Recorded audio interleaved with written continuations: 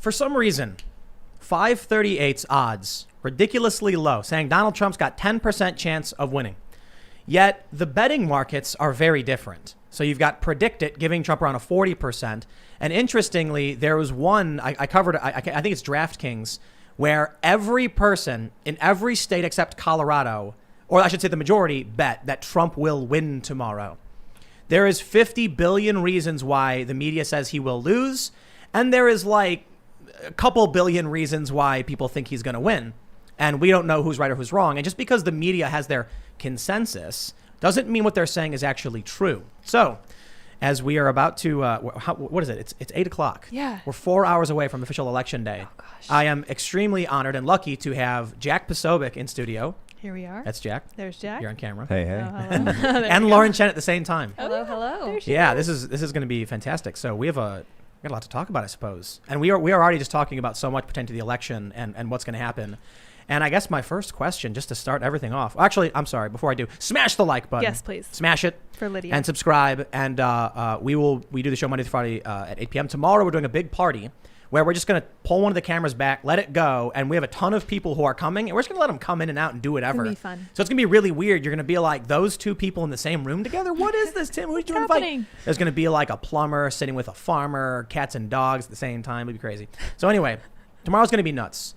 And there's a lot of really weird things going on. So I think we should just jump right in. My question to you guys, whoever wants to go, is who's going to win? Well, so here's how tomorrow's going to play out, right? The left has already kind of said this, and the media is sort of massaging this talking point into their broadcasting, where they're talking about this thing called a red mirage. And a red mirage is what they claim. It means that Donald Trump is going to look like he has this massive electoral victory tomorrow. Nate Silver even talked about this. And yet then the mail-in ballots in some of these states will get counted later.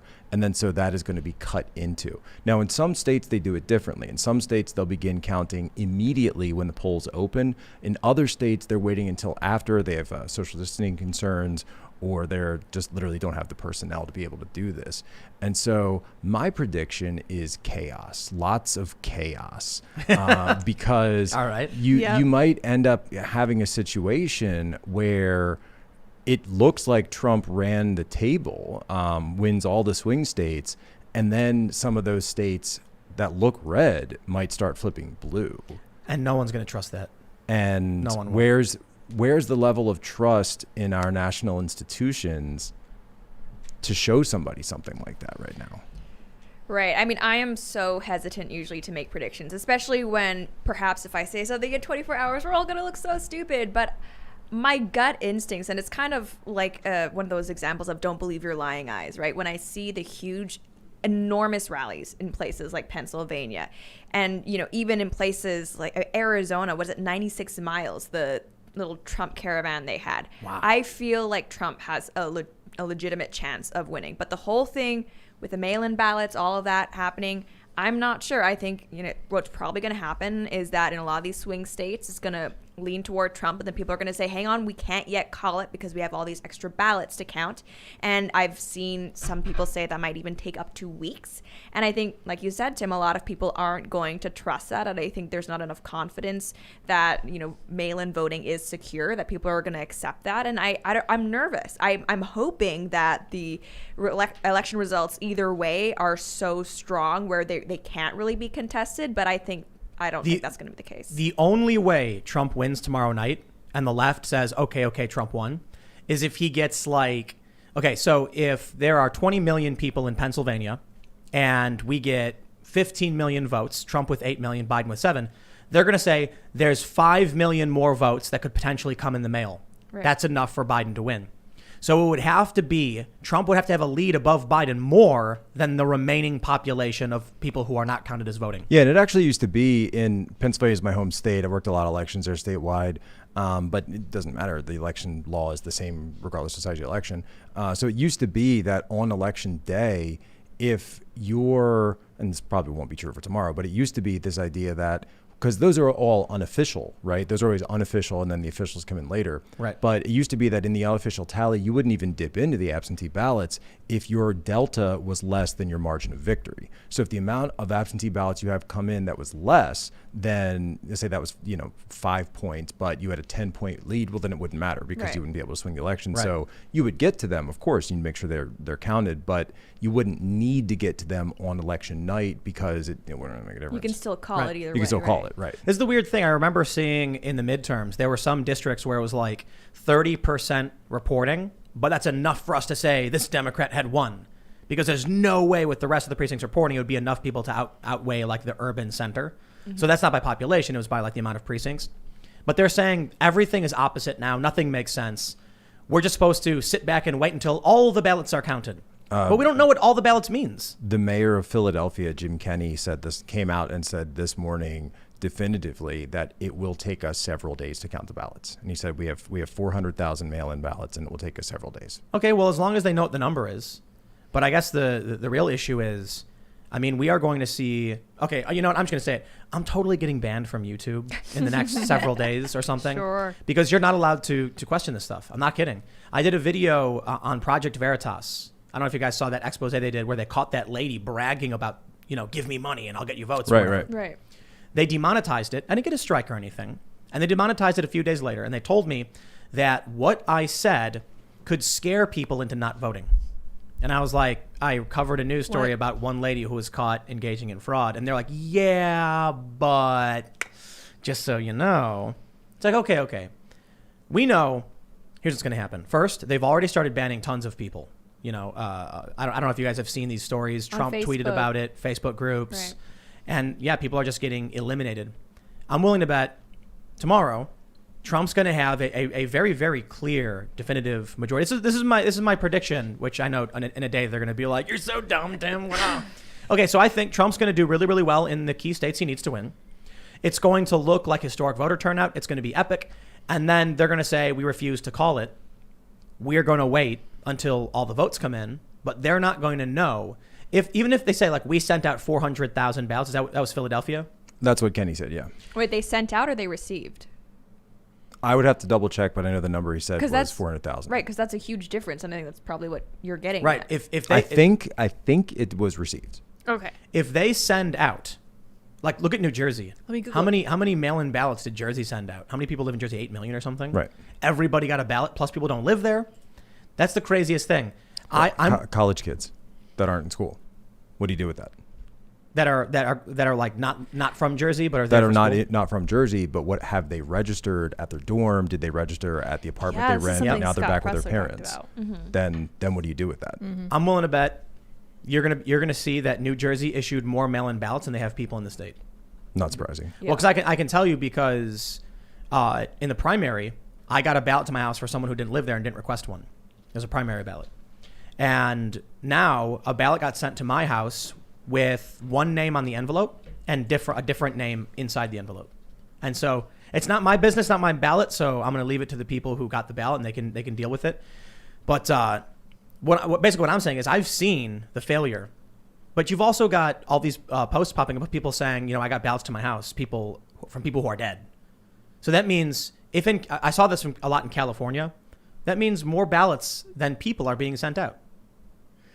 Right. And so this is where that sort of, and the Democrats know this, right? They're very well aware of this, and they know they put all their chips in on mail-in ballots, even though in a lot of these swing states, Pennsylvania specifically, because I know that one very well, they're worried about this. And so why they're doing this is because they're putting out that phrase, and you're hearing this phrase again and again. We need to count all the ballots.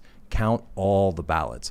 But you notice they never add, we need to verify the ballots, we need to check the ballots, the ballots need to have integrity. Well, in their minds, that's voter suppression. What does all the ballots mean? Josh Shapiro, AG of Pennsylvania. What do you mean count all the ballots? Yeah. He said when we count all the ballots, Trump will have lost. When he said on October 31st, on Halloween evening, he said, and this is a guy I've known 15 years back when he was state rep, Josh Shapiro, and he usually doesn't go full mask off like that. You always have to kind of like read between the lines on him. He said, when we count all the ballots, Trump will have lost. How can an election official say something like that in a state like Pennsylvania, which is such a vital state? Probably it is the vital state. I've been saying Right. again and again, Pennsylvania is the keystone. And yet you have an official saying that. And here's the thing, Democrats control pretty much everything in the state of Pennsylvania right now. It just is what it is. They control the Supreme Court. They control gerrymandering and redistricting. They control the governor. They control the attorney general. They obviously control the city of Philadelphia. Sometimes I think it's like Moscow on the Delaware over Seriously. there, which, and believe me, I worked in elections in Philadelphia a long time. I was the Temple University Republican chairman for, I was there for 4 years, North Philly. So believe me, I was there when the Black Panthers came out in 2008 in front of the polls. That was back. We didn't have iPhones back then. That was all flip videos that we gave everybody to like, hey, see something, film something. And that's where it started. And look at where that's going too. So I don't know what's going to happen tomorrow in the city, but we're going to be on hand to find out. Right. But what's go ahead. Well, what's kind of concerning about it is that people like us who kind of question, hey, there's potential for fraud, right? This is not a secure system.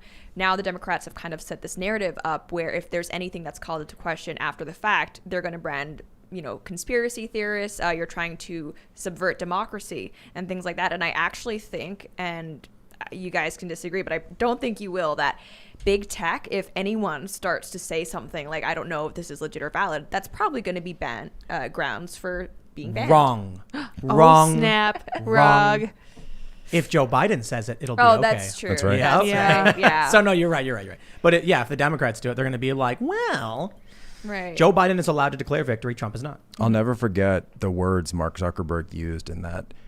It's one of those memes, like no one, absolutely no one. Mark Zuckerberg explaining how the elections will be verified. Like, wait, Yeah. nobody asked you about Seriously. this, Mark Zuckerberg. Why are you Yeah. why are you cutting a video on this? He said, well, we're going to wait for there to be a consensus result before we allow someone to declare victory on our platform. No, you're not. No, it's Whose going to be consensus, Mark? Joe Biden's. The Constitution, the states. Who? What do you mean? You're a Silicon Valley billionaire. Yeah. And I think You have no role here. one of the biggest failures of the Republican administration over the past 4 years, in my opinion, has not been being harsh enough on big tech. And I know there's a lot of libertarians who think it's a private company, they can do whatever they want. And it's like, all I want is for big tech to live up to the same standards of operations that so many other industries have to live by. And, obviously you've talked a lot about things like Section 230. I'm not in favor of repealing Section 230 entirely. I just don't think that Facebook should be able to claim that they're just a platform when they're actually making these editorial decisions. And they've been more and more blatant about Section 230 was written before these companies existed. Yeah. This world that we inhabit right now didn't exist when it was 1996. Yeah. Right? We This world need- didn't exist back then. We need to change it. I mean, it's obvious, and we definitely But talk I mean, about it a the lot. executive order that Trump put out regarding Section 230, I think was solid. And if you actually read it, based on what he put out, the outlines, there is no way that places like Facebook, Twitter, or YouTube can claim protection under Section 230. So, unlike what a lot of people think, I don't want the U.S. government to nationalize Facebook and Twitter. I would love to see, the FCC or something actually come out and say, based on this, we are ruling that these protections no longer apply to Facebook, Twitter, etc. They're already banning people, and I can already see it. There's going to be some kind of blackout. I don't know. I don't know exactly what's going to happen because obviously we're going to be streaming, so we'll be talking about something here on this show. I mean, just imagine from bandwidth perspective of every big user on these platforms is going to be live all at the same time. Right. That's probably the best safeguard we have for any kind of It's the only one. scams or dirty games. It's the only one. But I mean, you look at how they just totally, I don't even want to say erased, but Hunter Biden doesn't exist as far as the media is concerned. Right. And most people know about it. I'm not sure everyone cares. I think conservatives and Trump supporters are like, look at this. And the anti-Trump people are like, I literally don't care. And I think that really does explain a lot of both sides. Either you like Trump, thinks he's doing a good job, and the other side really, really hates him, and both sides. I think the Hunter Biden stuff, and I say this as someone who's been all up in that hard drive, all up in it. I know, right? That what it did was it changed the tenor of the race because it almost made Trump not the incumbent. Because prior to that, Trump had been running as the incumbent. I'm the president, Joe Biden's the challenger, right? But it changed the framing of the race. That Trump is now the outsider again, and Biden is the swamp. Yes. Right. It brought it Yep. aligned Biden with the swamp in a way that his strategy of sort of being quiet, laying low, had really prevented any serious, vigorous examination of his time and his family's time in business. Which, by the way, these were originally examinations and observations and investigations that were done by the Bernie Bros. Right? This was a thing of the left, and you can go back to all of those different memes and videos that came out during the primaries, and this was not from the right at all. Like, these were lefties talking about Joe Biden and his family. They were calling Joe Biden demented. It was the progressives saying Joe Biden had dementia. And of course, conservatives have long been saying it too. But now all of a sudden the tune is changing. Now Biden's, no, it's not. He's fine. It's like, bro, that was you on camera, what, like 7 months ago, saying the dude's out of his mind. Now it's like, you forgot? Do you have amnesia? Do you have dementia? Yeah, maybe maybe they're all amnesiac or whatever the word is. Oh, I think they're certainly amnesiac about Kamala Harris. Yeah, and Gosh. it's like your party rejected her so forcefully. hated her. Remember, she didn't even Tulsi Gabbard won more delegates than Kamala Harris. She did. Fact check me on should. that. Yeah, Fact no, check you're me on right. that. But it was because like she did. one delegate, wasn't it? Right, Yeah. but Kamala Harris won 0. Right, Yeah, exactly. She dropped out. Zero. Right, so, and it was definitely her family, or excuse me, her party that rejected her, and now all of a sudden but she's also being very quiet as well. She does like that one video every day walking off of a private jet with like a different pair of shoes on. Yeah, She's right. done dancing And they videos. Yeah, yeah, that's she does true. like boomerang. She's keeping boomerang in trying to business. make her Guys. seem more likable, And then she just relatable. disappears. It's And not that's it. working. And she's gone. I think I just need to say it. There is just one thing that Joe Biden is offering us that Trump never could. Yes. Actually, there's two things. There's two very important things. Let's go. True and Nana Shabbat it. pressure and Yes. Betacath care. Yeah. Now listen, True and Nana Shabbat pressure. True and Nana Shabbat pressure. Okay, I have no idea what that gibberish was supposed to be. I have no idea what Betacath care is supposed to be either. And normally journalists in the media they do something. They translate for Joe Biden. I actually tried to do that with the first one. It's you come up with? true and international something pressure. I think he was true international cooperation under pressure. Okay. Ooh. Yeah. Okay. That's Ooh, that's pretty not good. bad. But Yeah, but it's pretty listen, good. listen. So you speak fluent Biden. I try. It's But like he what- makes speech typos. Yes, he does. He really does. Literally. Yeah. And we're banned. Yeah, dude. So, but what's Betacath care? I don't know. I think it's a mix of Biden Healthcare? care, Yes. Obamacare, and healthcare. And Yes. and Like- and Bath and Body Works. Yeah, just a little bit of everything. But where does bad come from? Biden. There's no Yeah. Bath care? Betacath care. Like Biden health care. I don't know. There we go. I don't know. I got nothing. Basic body. I don't Maybe know. it's an acronym plus Anyway. care. I bring that up just to say, I can't believe we're actually in a timeline or whatever where you have. Did you see what happened today with Joe Biden at the Michigan rally? Obama had to call him out 3 times, and he just like was that real or was that edited? Because I saw that one, and now like the one with this Tampa thing that came up. It's like I don't know about Tampa. No, well, no, it was that one was edited. That was a deep fake. Oh, okay. Oh, okay. That actually was an interesting. Cool. So yeah, this thing where it sounded like, which was it? He's clearly not in Tampa, but he's saying that he's in Tampa, but he's in Minnesota, and somebody deep faked the like logo to say Minnesota or to say Interesting. Tampa, and then deep fake the one behind him to say Tampa, and it was really good. Wow. It was really really good, and it was totally fake. It was absolutely fake. See, that's disappointing because you don't need to do that with Biden, right? You really he makes don't. plenty of just Yeah. organic Right, which is ads. why a lot of people shared it, Right. and it just went off. I didn't share it myself, but now I'm like questioning even a little thing like that. Like I don't know. I want to There's- see like a full clip. You know Yeah. that viral video of the leftists calling for a coup. Have you seen that one The one with like they're all like federal workers. in a Zoom call? Oh yeah. Yeah. I was So- actually on their Zoom call yesterday. Oh really? Yeah, it But was. are they really calling it a coup? What they're planning? In that video they were. The one I was in, they Well- didn't. They were just talking about direct action. Did you see the full video though? Because I don't think they were calling what they were doing a coup. I think what she was saying was Trump is staging a coup. Don't let makes anyone sense. tell you Yeah. otherwise. Because it makes no sense for someone to be like, we're going to stage a coup and don't let anyone tell you otherwise. Right, What? right. Why would they? You Yeah. told them you were doing it. Yeah, that's actually like when people are saying, well, Jack, just go into the hard drive and find the contract where Joe Biden has his name on it with Hunter Biden and Jim Biden. Where just find the one where they lay it all out, man. Just find it. I'm like, why would dude? you? Why would who that would exist? do that? Like, Unless you're like a Jussie Smollett level criminal. Right. No, this is not something you want in Yeah, writing. it's like that scene in The Wire, and Stringer Bell's like, are you seriously taking notes on a criminal conspiracy?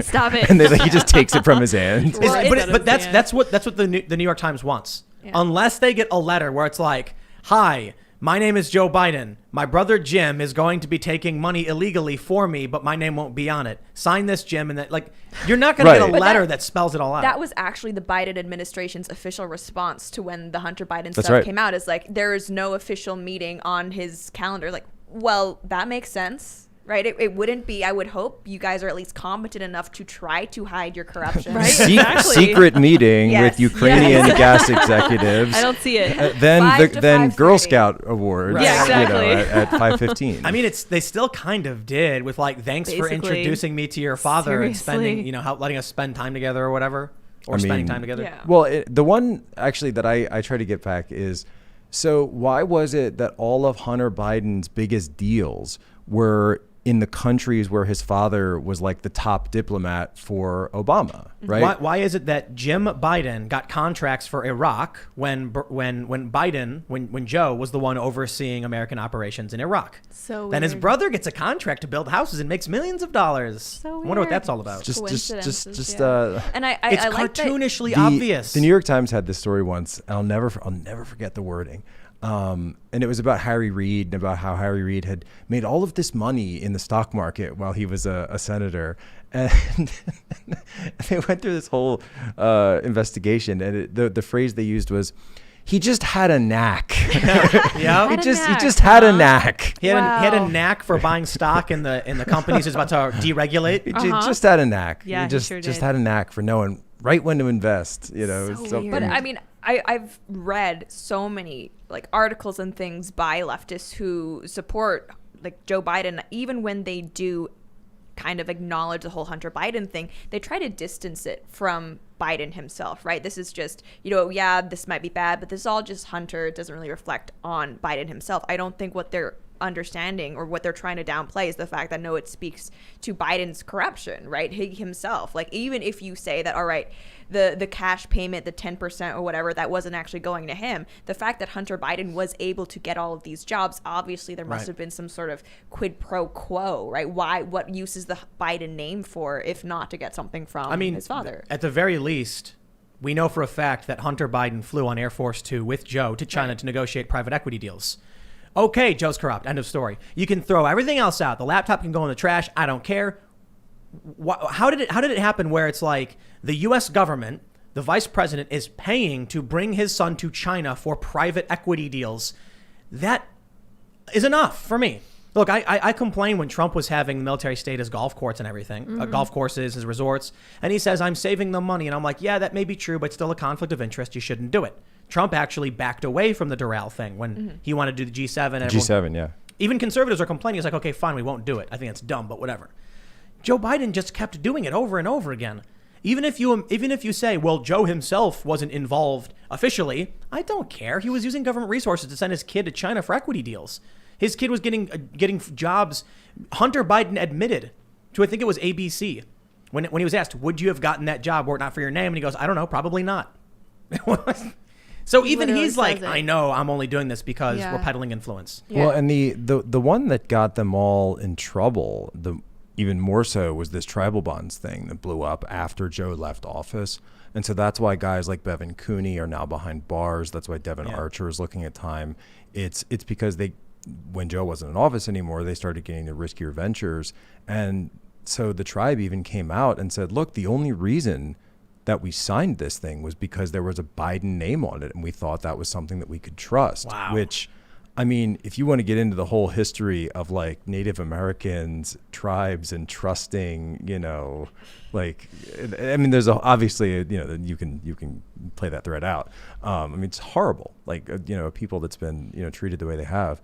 And that's why this guy Bevan Cooney, who's now behind bars, did come forward to Matt Tierman and Seamus Bruner and Peter Schweitzer and said, look, I kind of feel like the fall guy.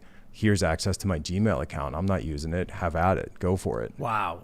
And that's, I've literally sat there just, and Matt, we typed it in. We're in a hotel room in Chicago and we type it in, and this is not the laptop or the hard drive or any of that stuff. Rudy's not involved. It's just this guy's Gmail account. And they said, why don't you leak it all? I mean, there's like emails with his wife in there and family stuff. Like you can't just like drop all that. Like I would be irresponsible to do that, I think. That's the challenge, because then no matter what you do, people are going to say, what are you leaving out? Right. You know? And so, I mean, what do you leave in? It's like if a guy's talking to his wife about some, bed stuff, Personal it's not necessarily stuff. relevant. But, Yeah. So then journalists have to go through it. The only problem, I guess, is how many journalists do we have left in North America? I actually can confirm that copies of the hard drive were distributed to some mainstream media journalists last week. And are they going to do anything with it? We'll see. Yeah. We'll see. But they know who they are, and love, I'm not going to call them out. I know at least one of them hasn't said anything publicly yet, so I'm not going to call people out like that, and I'm not going to spill that tea. But do the right thing, man. Just do the right thing. You guys see the Glenn Greenwald resigned from The Intercept. Right. You guys saw this is crazy. But he put out this tweet that made me laugh.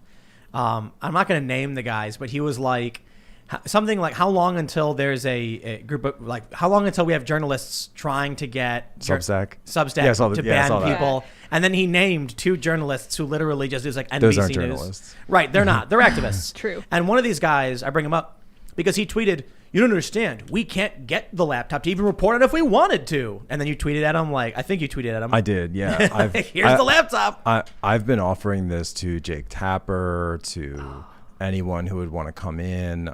Mark Cuban kind of responded, but then he said, well, no, I don't want a copy of the laptop. I want the actual one that was given to the FBI. The double standard is so blatant. How am I supposed to... Do you folks remember when there was this tweet / lent to an article? I don't remember which news station exactly was, but there was rumors that a tape exists of Trump. Yes. Huffington Post. I This is remember Huffington this. Post. Elevator. Yeah. It's like, are you serious? The elevator one. Absolutely Yeah. insane. There may be a tweet. People are or maybe a tape. Yes. People are talking about the tape. Yes. No one has seen the tape. I'm not sure if there's actually Or a tape. what it may or may not contain. There could There's be like a tape. I don't something. know. Like I don't maybe know. Trump. Maybe he's in an elevator. Maybe he's doing some stuff. Kind of just They're right doing there. his thing. I love it. Stewie Stewie, I love Griffin. it. He's just doing his thing now in the elevator. Doing his thing. Let me see if I there. can find it, because I tweeted it recently. It's not all about the elevator, but it's important. it's It's important. It's important context to know. But the Jack. standard for which journalists are willing to, fact check when it comes to a Trump story versus a Biden story are completely I different. know. This is what Tim just said Wait. about Biden. I got it. Okay, he Pull found it up. All right, You got here the we tweet? go. A tape might exist of Trump doing something in an elevator, though exactly where that somewhere is and what that something might be, no one in media can say. That's because no one in media seems to have seen the tape or is even confident it exists. Oh my God! What? My brain. What? And what I have outlet was it? Huffington Post. Oh my Huffington God. Post. There's very serious journalism going on in the Huffington Post. Yes, It's so serious. journalism. We have parties sometimes. Journalisming. I have breaking news, guys. Yes. There may be a photograph of Jack somewhere at some time doing something. Oh, snap. And it's really bad, but I can't say that definitively because I don't We know can't if it even say exists. it's bad. Yeah, they don't even say that it's know. It's bad. possibly bad. It might just be like kind of off color, but but it's Whatever. potentially devastating. How did they write this? I don't know. Dude. You can say whatever you want about Donald Trump on social media. You can Yeah. literally come up with the Say most that Hitler had a point. outlandish, and she did. Yeah, she that totally just did. happened Yeah, today. man. That, Right. that you saw, said- it was like the Yale professor. Oh, that's right. She's on Yes. CNN, and she said, "Well, I'm not even going to say it because they're going to, Media Well, Matters have will you, clip that have part." you guys seen what Sam Harris was? And Yeah, Sam I Harris know. is Yeah, the such Sam a Harris smart and person. Now he's Sullivan. like, it's out of context. I gotta wait, just for people who don't understand Okay, the context of what okay, we're saying. Yes. There have been a couple of people. Sam Harris basically said that he thought Osama bin Laden, and this is his opinion. I got to be very careful This about is Sam's opinion. Sam's opinion. Sam Harris's opinion. Is that that man was better than Trump in a lot of ways. Oh. And there was also this professor who said the same thing about Hitler. And Yes. it's like, you people have gone insane. No, Yep. Sam Harris also said that about Hitler and Trump. He was saying that what makes Trump worse than Hitler is actually things like courage and standing for something greater than yourself. Well, but that was the best part because it was the first clip of that came out was just the Osama bin Laden comment, and then Sam said, and then Sam goes, "Well, you're taking it out of context." And he said, "What did he say after?" It's like, "Well, now you're saying Hitler." Like, this is worse. Like, this is worse. The context makes it worse, Sam. The context makes it a far worse. And then he tweeted, "I think social media is designed to, make things out of context or whatever." And everyone's just like, "Come on, dude. Yeah, You've got Trump deranged." Like if you get to that point where you're, and can we stop comparing things to Hitler? Like there was a Hitler, Seriously. and he did terrible things. What about Stalin? Stalin, he did terrible Way worse. things, right? Mao. And Mao, Pol Pot. terrible things. Pol Pot, terrible things. Khmer Trump is Rouge, worse than Mao. right? And so, like, why are we comparing any contemporary? You can't compare. They're all separate. Yeah. They all have their own, their different levels of moral decay and horribleness Yes. that have gone on. And you can't. I said this yesterday. If Trump really was a fascist, you wouldn't be able to vote him out. You wouldn't be allowed Right. to. People don't understand. Right, but Turpitude. That's the word I was thinking of. Yeah. Turpitude. Moral turpitude. Moral turpitude. That's a great what I word. used to think, and even it's kind of similar to, there was this person, I think she was a writer or is a writer for the Boston Globe, who compared the Trump trucks to ISIS. Yeah, I right? saw that one Saying too. I don't see a difference. Turpitude, I used sorry. to think that it was because they thought Trump was that bad. Maybe it's just that they don't actually realize how awful ISIS is. Possibly. Right? Maybe it's just like, it's not that they think Trump is genocidal or an actual fascist. Maybe it's that they think ISIS is bad because they also implemented tax cuts and wanted the Islamic Caliphate out of the Paris Accord. You might Like be maybe right. they just don't Yeah. understand how bad those other people are. But it's kind of funny, but I think you're right when you see how they do like the Islam LGBT stuff. Like Right. I had a friend who had a flyer for, it was like a woman wearing a hijab, and it said like, activist-y stuff, and it was like rainbow flag. And I was just like, I think the amount of people, and I'm not trying to be mean to anybody, but I think the amount of people who are adherents to this religion who would agree with that sign is probably very, very small. Right. Very, 100%. very, very small, especially considering the planet. And I think what do we have, like 1.2 billion Muslim practitioners on the planet. Right. Right. I would say the overwhelming majority are going to look at that and say, how dare you? I mean, because we saw this in the UK when they had... They would call it Islamophobic, actually. well, this was really interesting in... I forgot what the town was. It was in the UK. They were doing LGBT curriculum for kids, and it was Muslims who showed up protesting Yeah, it. they did. Right. And that was like a Yeah. really confusing thing where like the LGBT people were like, I defend you. And it's like, I don't think you realize like these religions They don't very, very care. different from what you're proposing. And so I think you're right. I think these people don't really know what ISIS wants or does or what their faith tells them to do or their perversion of it. And so they see a row of trucks with Trump flags. They see a row of trucks with ISIS flags, and they're like, it's the same picture. Yeah, I mean, you've gotten this set of people who have such a blind spot when it comes to Trump and Trump supporters that they've reduced themselves to word thinking, picture thinking.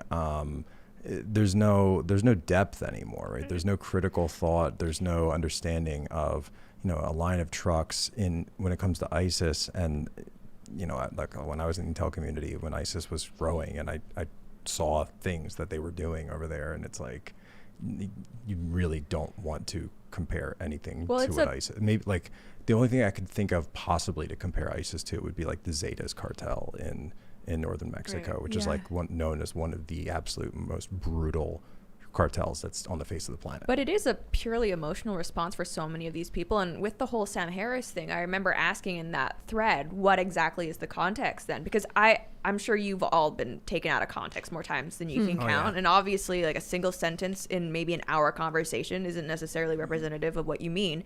And I had so many Sam Harris supporters who would listen to the podcast saying, well, at least those guys had a sense of good or duty to something, whereas Trump only cares for himself, therefore he's worth. It's like all you're doing is projecting intention onto him, Right. which you don't know. Right. You can't read his mind. You can't read Really his can't. mind. But there's two other things. It's not just out of context, right? So a lot of people are familiar with that. If I say something like, can you believe Jack told me he prefers, jelly donuts? What a crazy guy. Wow. Or Jack said to me, I like jelly donuts. Then they take the I like part and attribute it to me, even though I was quoting you. Right. That's the out of context. There's also there's also relevant like news cycle context. They did this to me where I said, I was asked specifically about, man, I can't remember which there was a news story.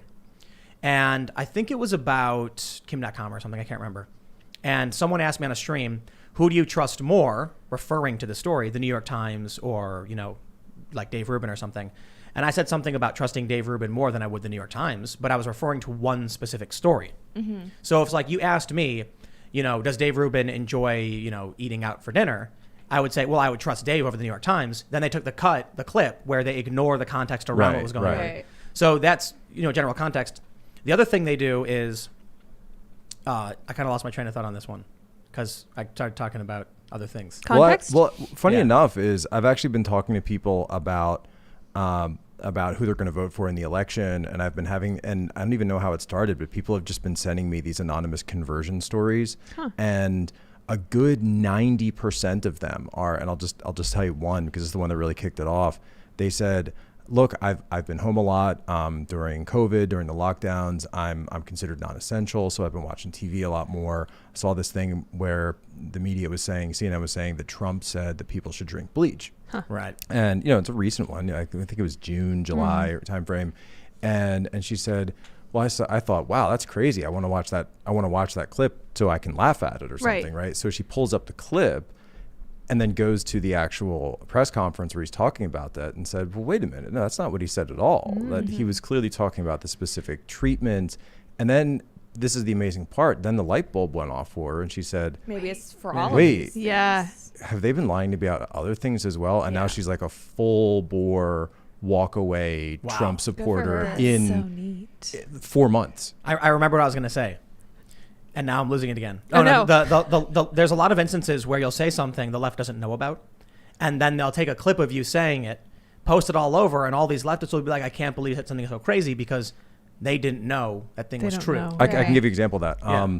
This guy, Miles Taylor, who's like this new like never Trumper, he was anonymous. Yeah. But, and he was like this junior guy. He said Donald Trump actually suggested that we put illegal migrants in Guantanamo Bay. How crazy is it that he said that? Well, if you actually understood anything about the context of why Guantanamo Bay was built and the actual like tent city that was there, the original tent city at Guantanamo Bay was built during the Clinton administration because there was an influx of migrants from Haiti and Cuba that were coming to the United States. And we had wet foot, dry foot, which was the U.S. policy at the time under Clinton. Elian Gonzalez, of course, was a huge factor at that time. And they said, we need a place to process them in the region. Hey, why don't we use this Navy base that we have at Guantanamo? And then because some of the migrants that came in, it was later discovered they had criminal backgrounds or they had problems with them. So they had to build a more secure facility because they didn't want these guys just going around the rest of the tent city. And that's where Camp X-Ray comes from. And so Trump saying, oh, I want to put migrants at Guantanamo. Oh, it sounds terrible. It sounds horrible if you don't know the actual historical context of Guantanamo Bay. Yeah. I've had people say, because I got really angry and I said something like, if Joe Biden wins, they're going to be coming to your house. They're going to change definitions, all of these things. And then all these leftists start sharing it, not realizing I was specifically referring to things that had already happened. And I'm like, I wasn't predicting the future. I was saying, this is what is happening. Yeah. They're going to people's homes. Yeah. The point I was making was that Trump is stopping these, or at least trying to. So it happens all the time.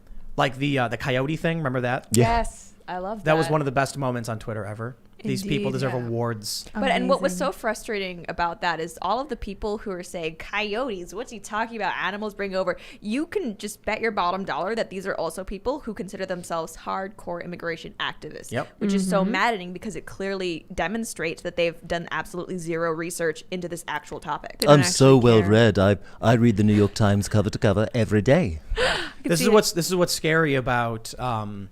It's interesting. I believe everybody should have the right to vote. Everybody, if they decide to vote, should vote. But I think it was Mike Rowe who said this, that just because you have the right to do it doesn't mean you should. You have a right to own guns doesn't mean you should. Not everyone. Not everybody should. So the left strategy is get as many people as possible to vote.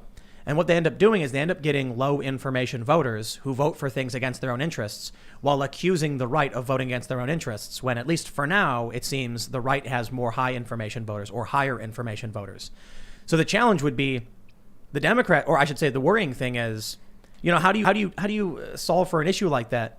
I saw a video from a friend where they were like, look, I'm going to go mail in my ballot because Donald Trump is colluding with Bill Barr to disrupt democracy. And I'm like, what are you talking about? Like, what Bill Barr are you talking about? I can talk about all the Obamagate stuff. I can tell you everything that Bill Barr won't do for Trump, and Trump's complaining about it. But you saw something on CNN, so you went out and voted, and now you're voting against your own interests. Because if you're worried about democracy being destroyed, it's the Democrats doing it. The Republicans are playing by the rules. They might be cutthroat, but packing the courts, changing the election rules, that's cheating. It's all cheating.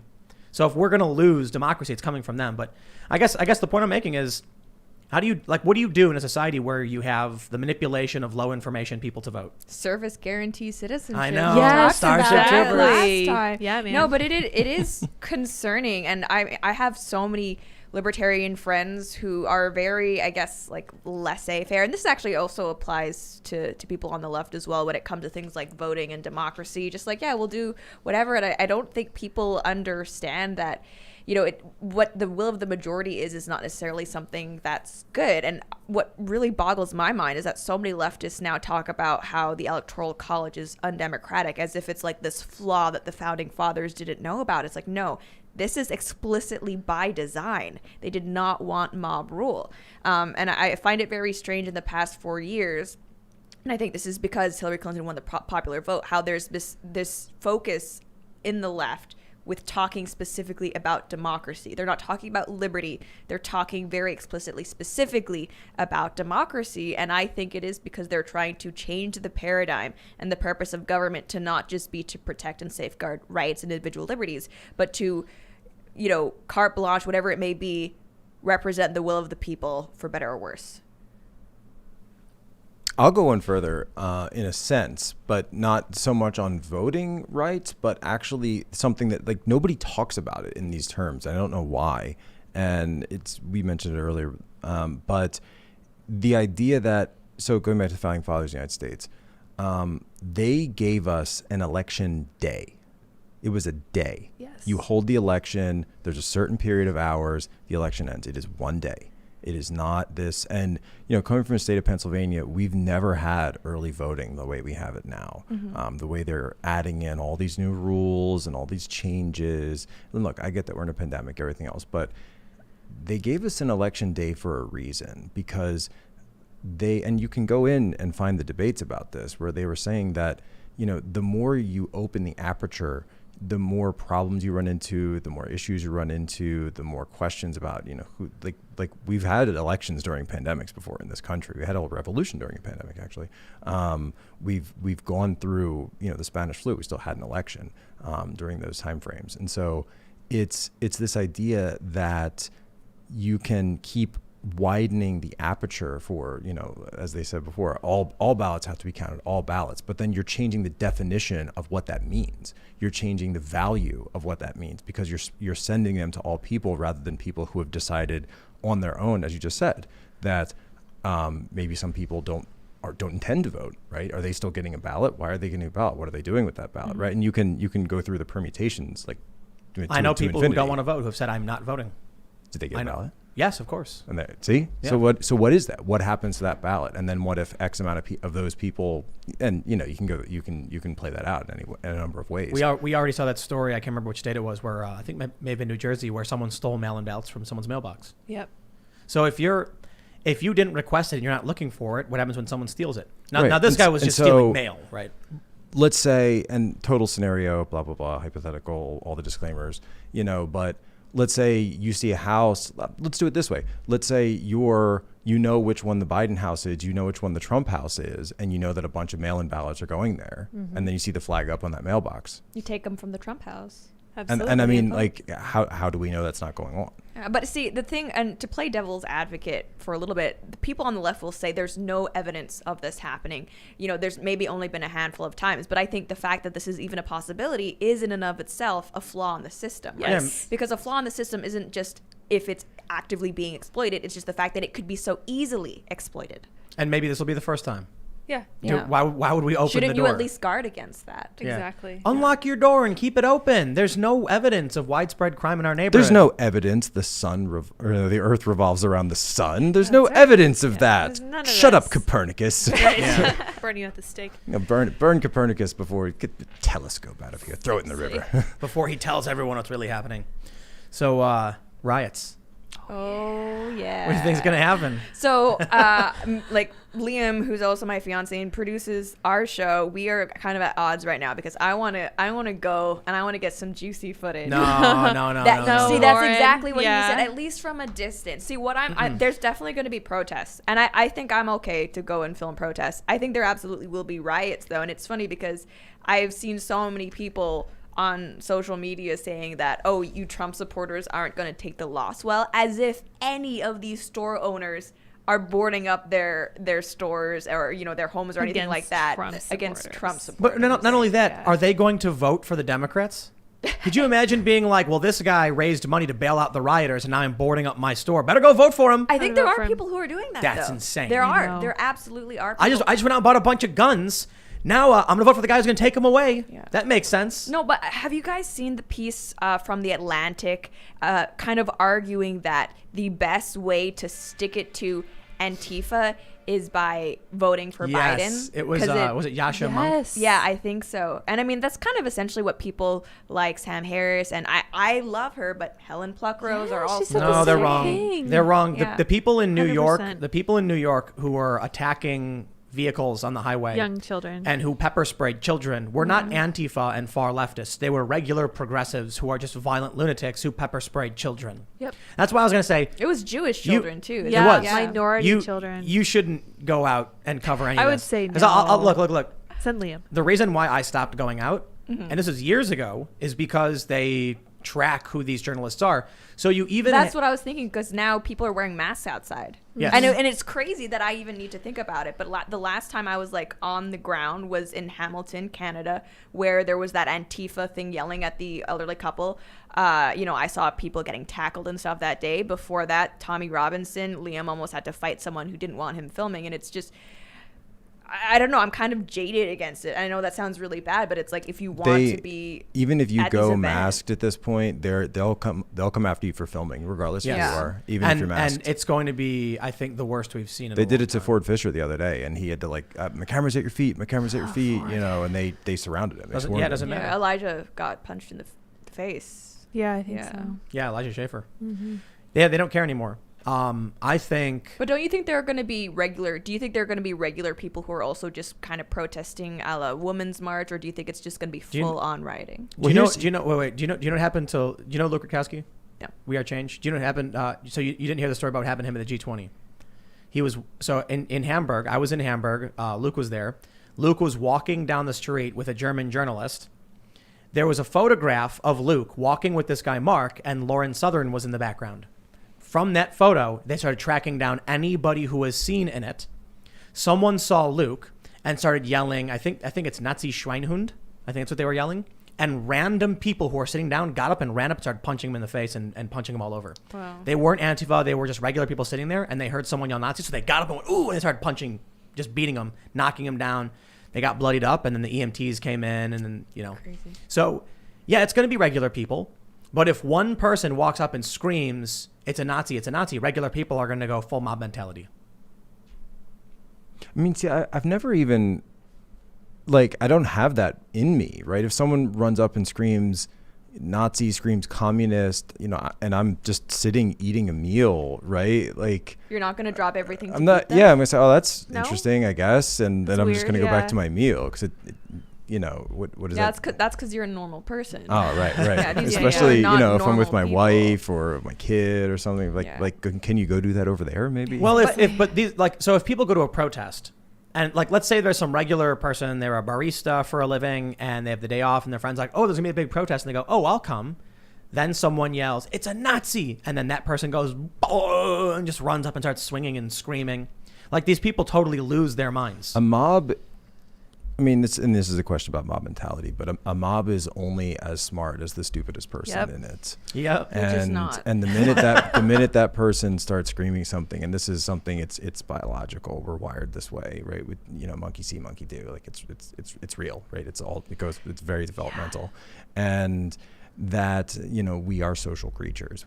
And when you get into one of those situations, it's very hard to fight that internal programming. And it's very easy to just go along with it. This is what my people are doing. This is what my tribe is doing. This is an outsider. This is a parasite. Threat. This is a virus. This is a threat. We need to stop the threat. We need to get away. And that's where you see some of those impulses come from. Well, I guess the question for both of you would be then, how do you stop this? Because I think there is this certain kind of primal biological instinct within us when someone says, fire or attack or whatever, we want to participate. But I think it's also true that 20 years ago, this kind of thing wasn't happening. So clearly there's been some kind of escalation. So, even if Trump does win, how do we make it not acceptable to punch people in the face because we disagree with them? Like, is it more accountability? Someone should write a song about this. Yeah, well, they sure should. Yeah. Well, the issue is that you've got, I don't know what the factions are in the culture war or whatever, but I'll tell you this. There's a bunch of different dividing lines. It's not just one side versus the other side. There's like overlaps, and it's probably more like some kind of circle. But as long as, for the most part, the left has the media saying, it's good to punch people you don't like, they're going to keep doing it. There's no comeuppance. There's no penalty. There's no punishment. So they'll do it. What do they got to worry about? Jack, if you defended yourself, they'd make you the bad guy. Yeah, so when people talk about that, and I had some people at the right, so I got a, sort of similar situation happened to me. I go to cover an event. They said they're going to tear down a statue. It's a good photo, though. Yeah, it's a great photo. They said they're going to tear down a statue of Abraham Lincoln, like down the street from our studio in D.C. So I said, well, I wanted to go see that and just film it, right? And just film it. And it was a really interesting situation because, and I've told the story a million times, but there ended up actually being people who were descendants of some of the freedmen, the freed slaves who had donated to erect that statue of Abraham Lincoln, which actually predates the Lincoln Memorial. So this actually was the original Lincoln monument in Washington, D.C. Frederick Douglass dedicated, like literally Frederick Douglass dedicated this statue, right? And so you could tell that even though the protesters were like an SJW lefty kind of crowd, that they were kind of not really on board with taking it down. They're like, there's like it just didn't work. Something, that's cognitive dissonance, right? Yeah. They could tell that, wait, why are we taking down a statue of Abraham Lincoln? Who freed, like, this doesn't seem right. And you could see that cognitive dissonance. And so I get identified by a certain member of Antifa, who I'm not going to name due to litigation, but we know who he is. And then same situation goes out, and I just stood my ground. I literally just stood my ground. And people on the right have said, well, Jack, why didn't you defend yourself? Because they tried to push me down these stairs, which are concrete, and there's like a concrete floor at the bottom where they were trying to kind of like knock me down onto them. And they said, why don't you swing? Why don't you take a fight back? Why don't you defend yourself? I said, well, number one, I've got a kid, he's going to watch that video someday, and I don't want him to see his father using violence to solve something that doesn't require violence. I mean, I just didn't think it warranted it at that point. Nothing they did really warranted it, even though they were pushing and shoving and punching me.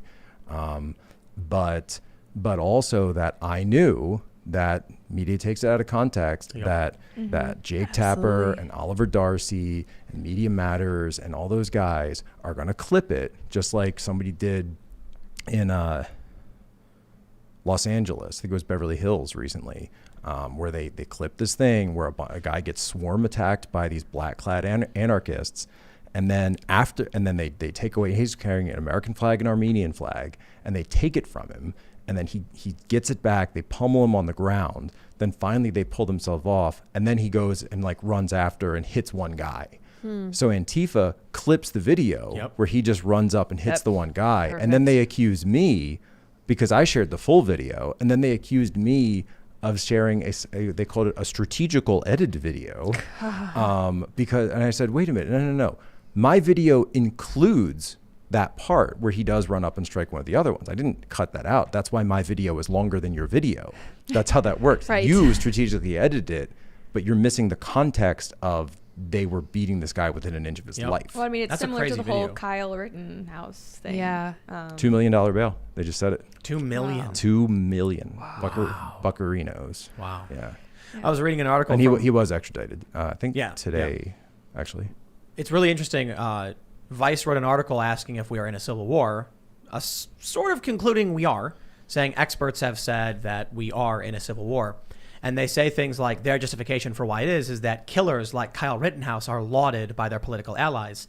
And it's really funny when I read that, because I was like, Kyle Rittenhouse is lauded because he fled first. He tried fleeing, which he was supposed to do. And then only when someone fired a gun did he turn around and defend himself from an attack, and then immediately tried to get the police. He was lauded for doing everything correctly. Whereas Michael Reinl stalked and assassinated a Trump supporter. Yep. And that guy is lauded by the far left. Actually by Vice.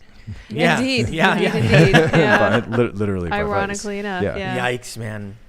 That's why, like, anytime someone gets mad at you for doing a controversial interview, I mean, people like Vice literally interview killers. Yeah. Right? Who have killed people. I don't care how. Unchallenged. Yeah.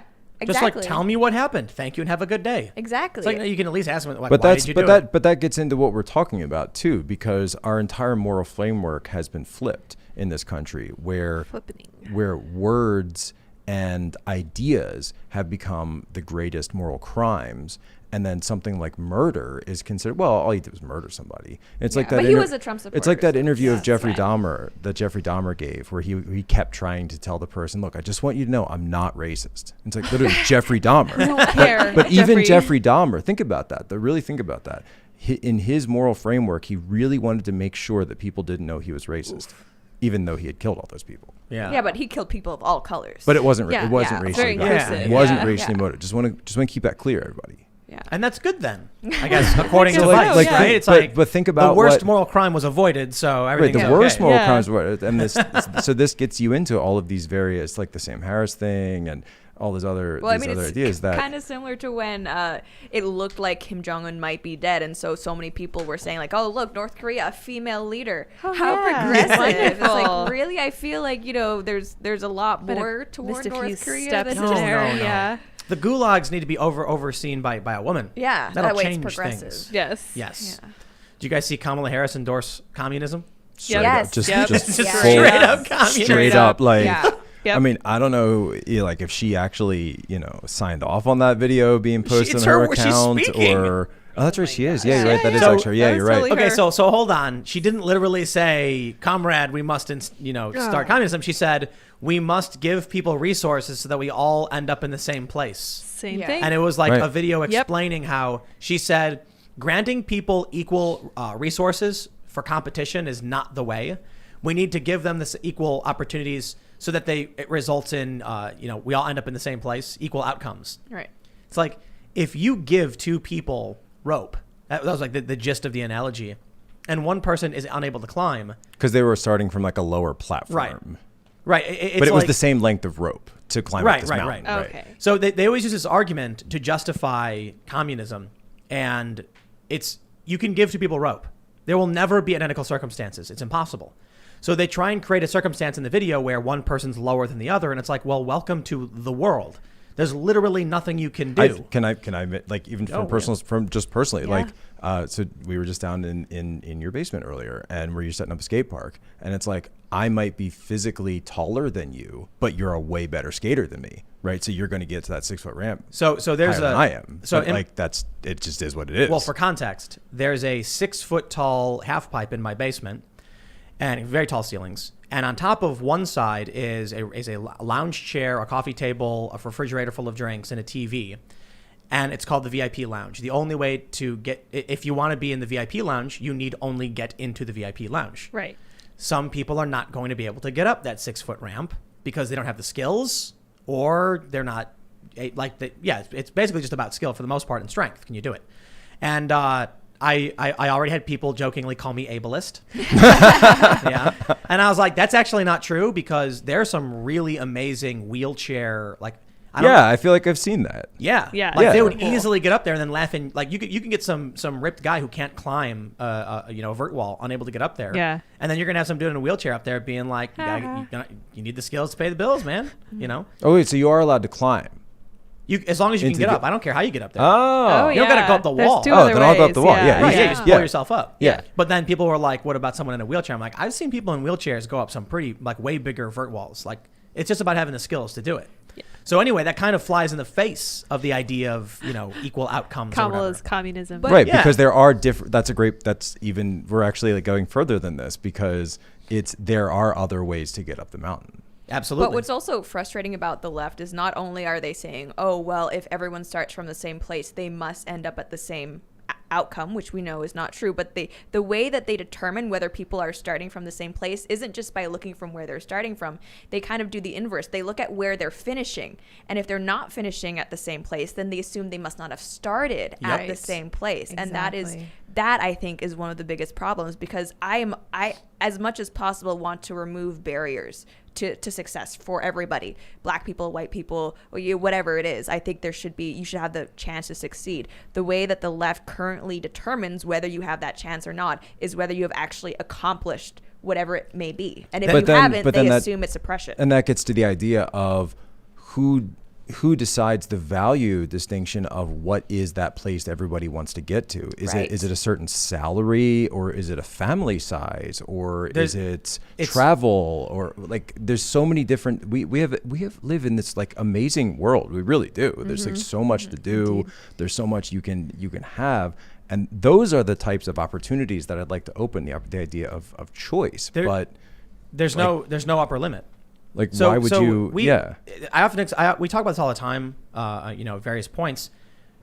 Rockefeller would be in awe of the comfort we live in if he was transported right now. Oh yeah. The richest man, the oil baron, the people running the East India Trading Company. If they came here, they'd be like, the water is clean and you don't get parasites and you can take a shower like whenever you want. Just like turn a knob and then boom, there's hot water. Like I what always is- bring this up in time travel discussions. Oh, I wish I lived in this period. No, you really don't. You Yeah. really don't wish you lived in the past. like 3 months at sea, 20% of the people on the ship would die. No. And you're like, we'll make it there some. And then you make it to North America and it's like, we're here. And you're like, there's literally nothing on the shore. I know, start building. Well, that's what my mom is, one of those women who loves period romances where everyone's like wearing a bonnet.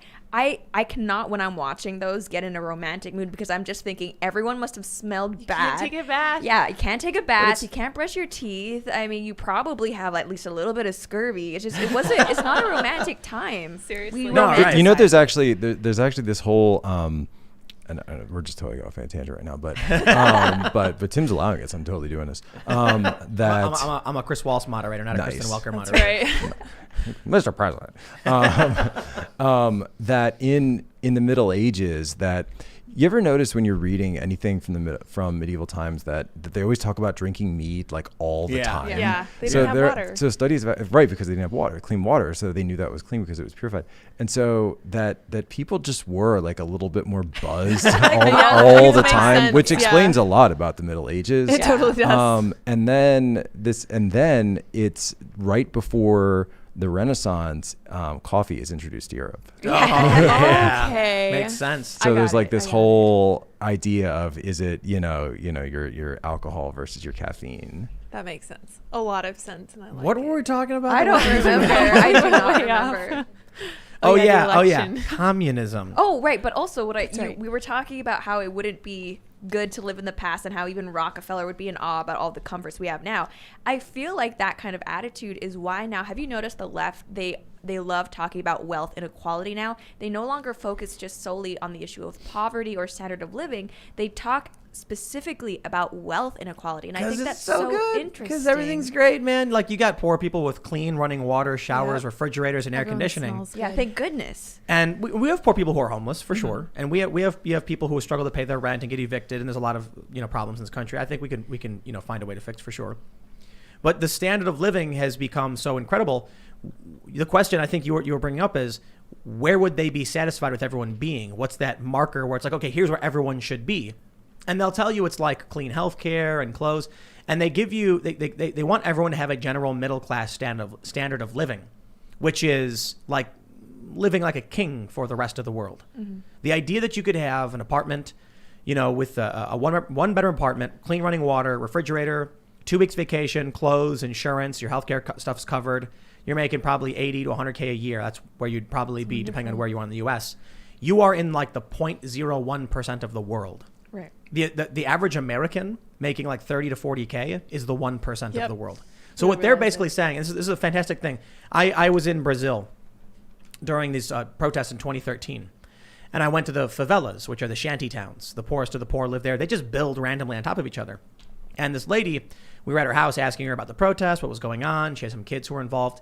And we asked her, we were just talking to her. And she asked me in Portuguese, and they translated, why are the rich people protesting in America? And I laughed and I was like, no, who? And she mentioned the protest, and the guy was like, oh, she's talking about like Occupy Wall Street stuff. And I went, no. Occupy Wall Street is like young people and, middle class kind of people and like left-leaning people angry with the banks and like the corruption in government. And then they translate it to her. And then she goes, she responds, everyone in America is rich. Right. And I laughed and I was like, I'm in her favela where the toilet had a pile of human waste going up from like a week because it didn't rain, so they couldn't flush. And yeah, she was wondering why it is that Americans, she wasn't saying, I think it was a translation thing. She wasn't saying all these rich people with monocles and hats were going on, oh, Harumphi, say, I demand change. She was saying that Americans are protesting, but they're so rich. Why? Have you read Michael Schellenberger's new book? No. Because he actually talks about that in Brazil a lot and spending a lot of time down there, but from more of a climate standpoint. But he said that when he went to Brazil, that, and they were talking about, chopping down parts of the rainforest, that, he found out very quickly that it wasn't this like mass operation, that it was like mostly just poor farmers looking for more land that they could eke out and clearing it out. And he said, really the best thing that we can do is help raise living standards, introduce technologies, actually create more of an industry around this, so that instead of people having to do it all on their own, that it can be more efficient land use down there. And that will definitely help a lot more than just placing these arbitrary restrictions on everybody. I'm gonna be a little biased. I think it may be that the left in this country doesn't actually want to help anybody. They want to use these things as a carrot dangling from a stick. Vote for me. That's all it says. Vote for me and you'll get what you want. Vote for me and we'll make your life better. They don't actually want to make their lives better, because then what are they going to put on the end of the stick? No more carrot. Yeah, and I think there are a lot of young, like, social democrats or even just flat out socialists out there who believe that capitalism is so evil and so oppressive because they're, frankly, ignorant of what the rest of the world looks like, right? They're usually from upper middle class backgrounds, and they see a homeless person and they think this is terrible, which it is, but they blame capitalism for it. They still don't understand that, the amount of opportunity and even relative comfort that someone in America, even a poor person, has compared to the rest of the world is still very great. And that's not to say that capitalism is perfect. It's just merely the best system that we have. If there were a way to do it, it's cost effective. I've always said like every high school student should be required to spend 2 weeks in Mexico before they graduate. Well, a lot of now everyone's going to call you racist. A lot of religious schools nearby. do have like service trips and things like that where you drive in the woods. Yeah. You're supposed to go. Or how about Appalachia? If you Yeah, want to go to say You don't something even else, need to Mountain leave top. the country. you don't even have to Mountain leave the country. country. Just it's any place that has like serious poverty that's nearby, and to understand that most of these people at these protests are not experiencing the extreme. These kids in Moorfield, West Virginia, where you're getting.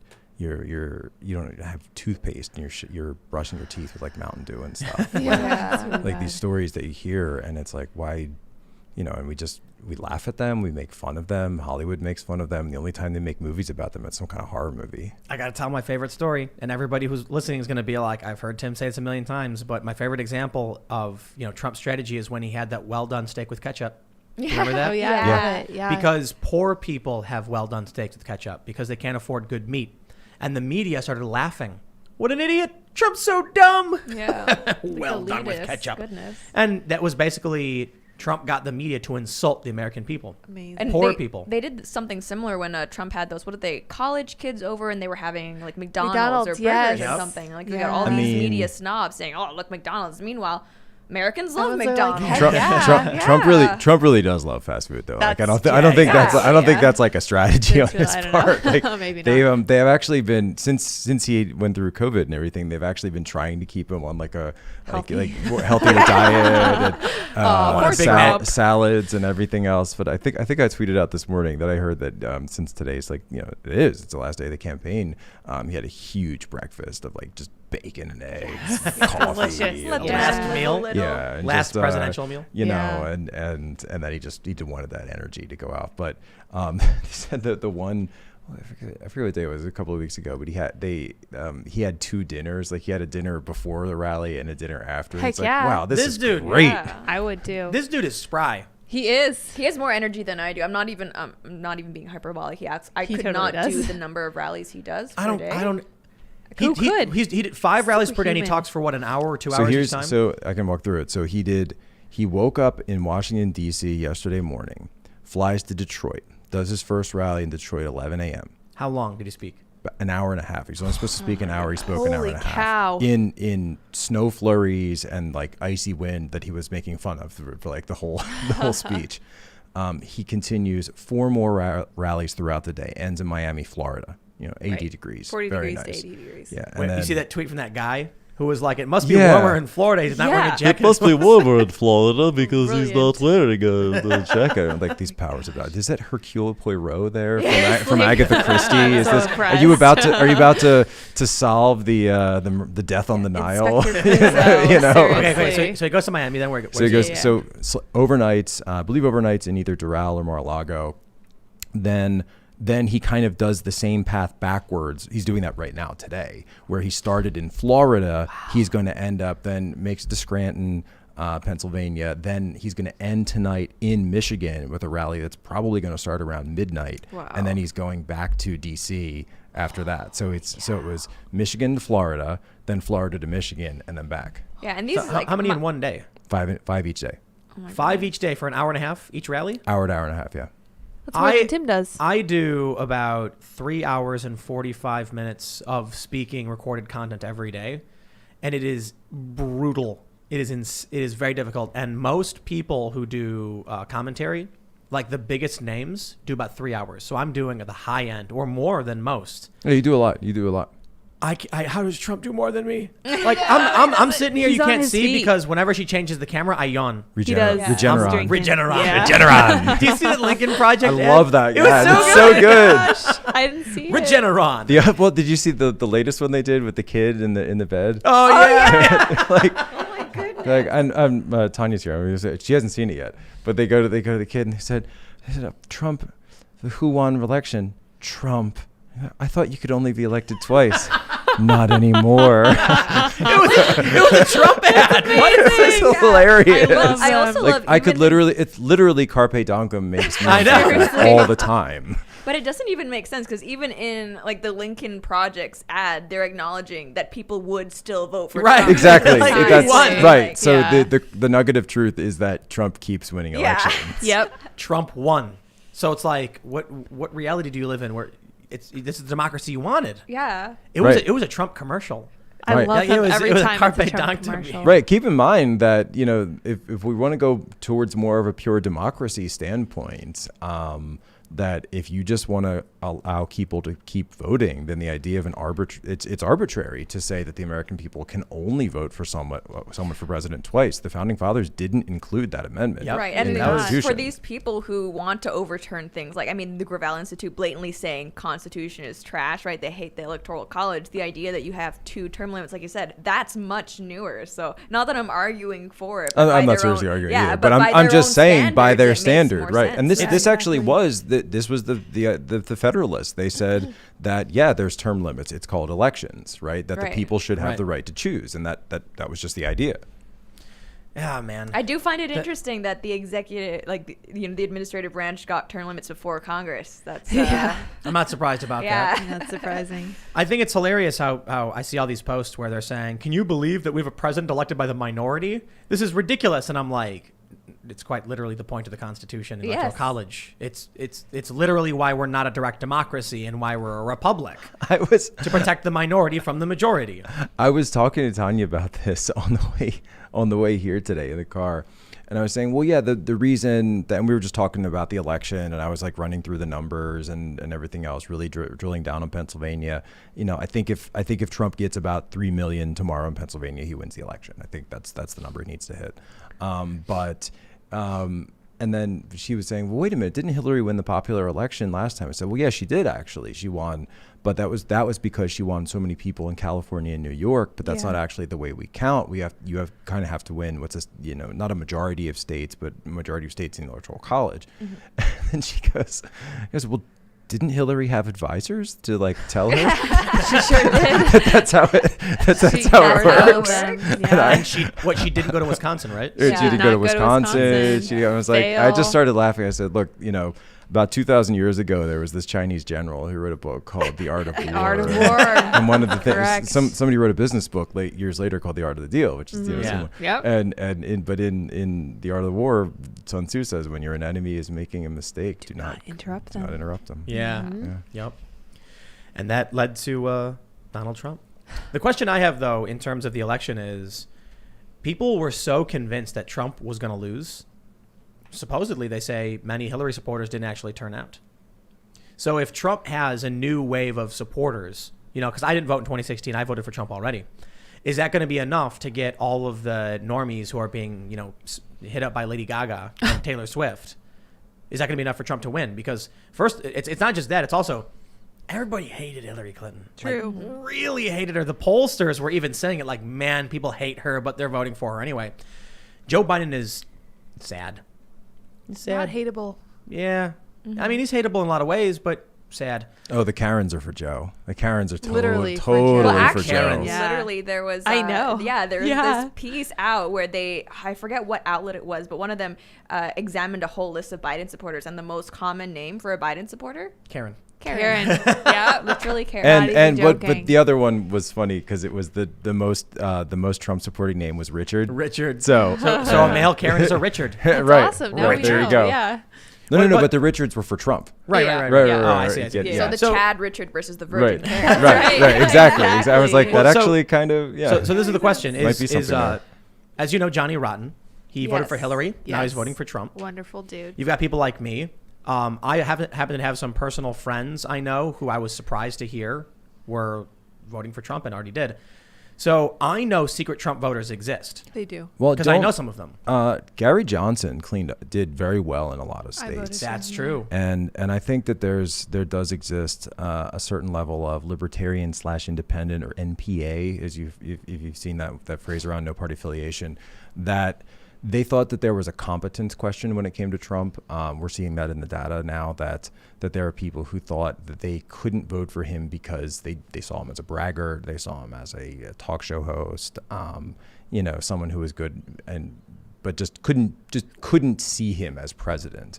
That a lot of those people who were nominally conservative ended up voting for Johnson or not voting, or voting for some of the Constitution Party, and a lot of those are coming on board with Trump now because, look, he's done 4 years and he has some serious accomplishments to his name for that. And clearly the country hasn't, blown up, or, I suppose we can argue that, but, the country's still here and still functioning. Well, Ben Shapiro did a whole segment explaining why he's voting for Trump this time, even though Ben Shapiro's a good example of that. Yeah, exactly. Good example of that. But I mean, to counter that, people on the left will say, oh, but Anna Navarro and Charlie Sykes and Rick Wilson, they hate Trump and they're Republicans, therefore the Republican Party is turning against him. Those are sort of people, and like Anna Navarro, nobody can really find any Republican she's actually worked for, even though she, even claims she to be around. Republican. They sort of have Jen fit Rubin. this.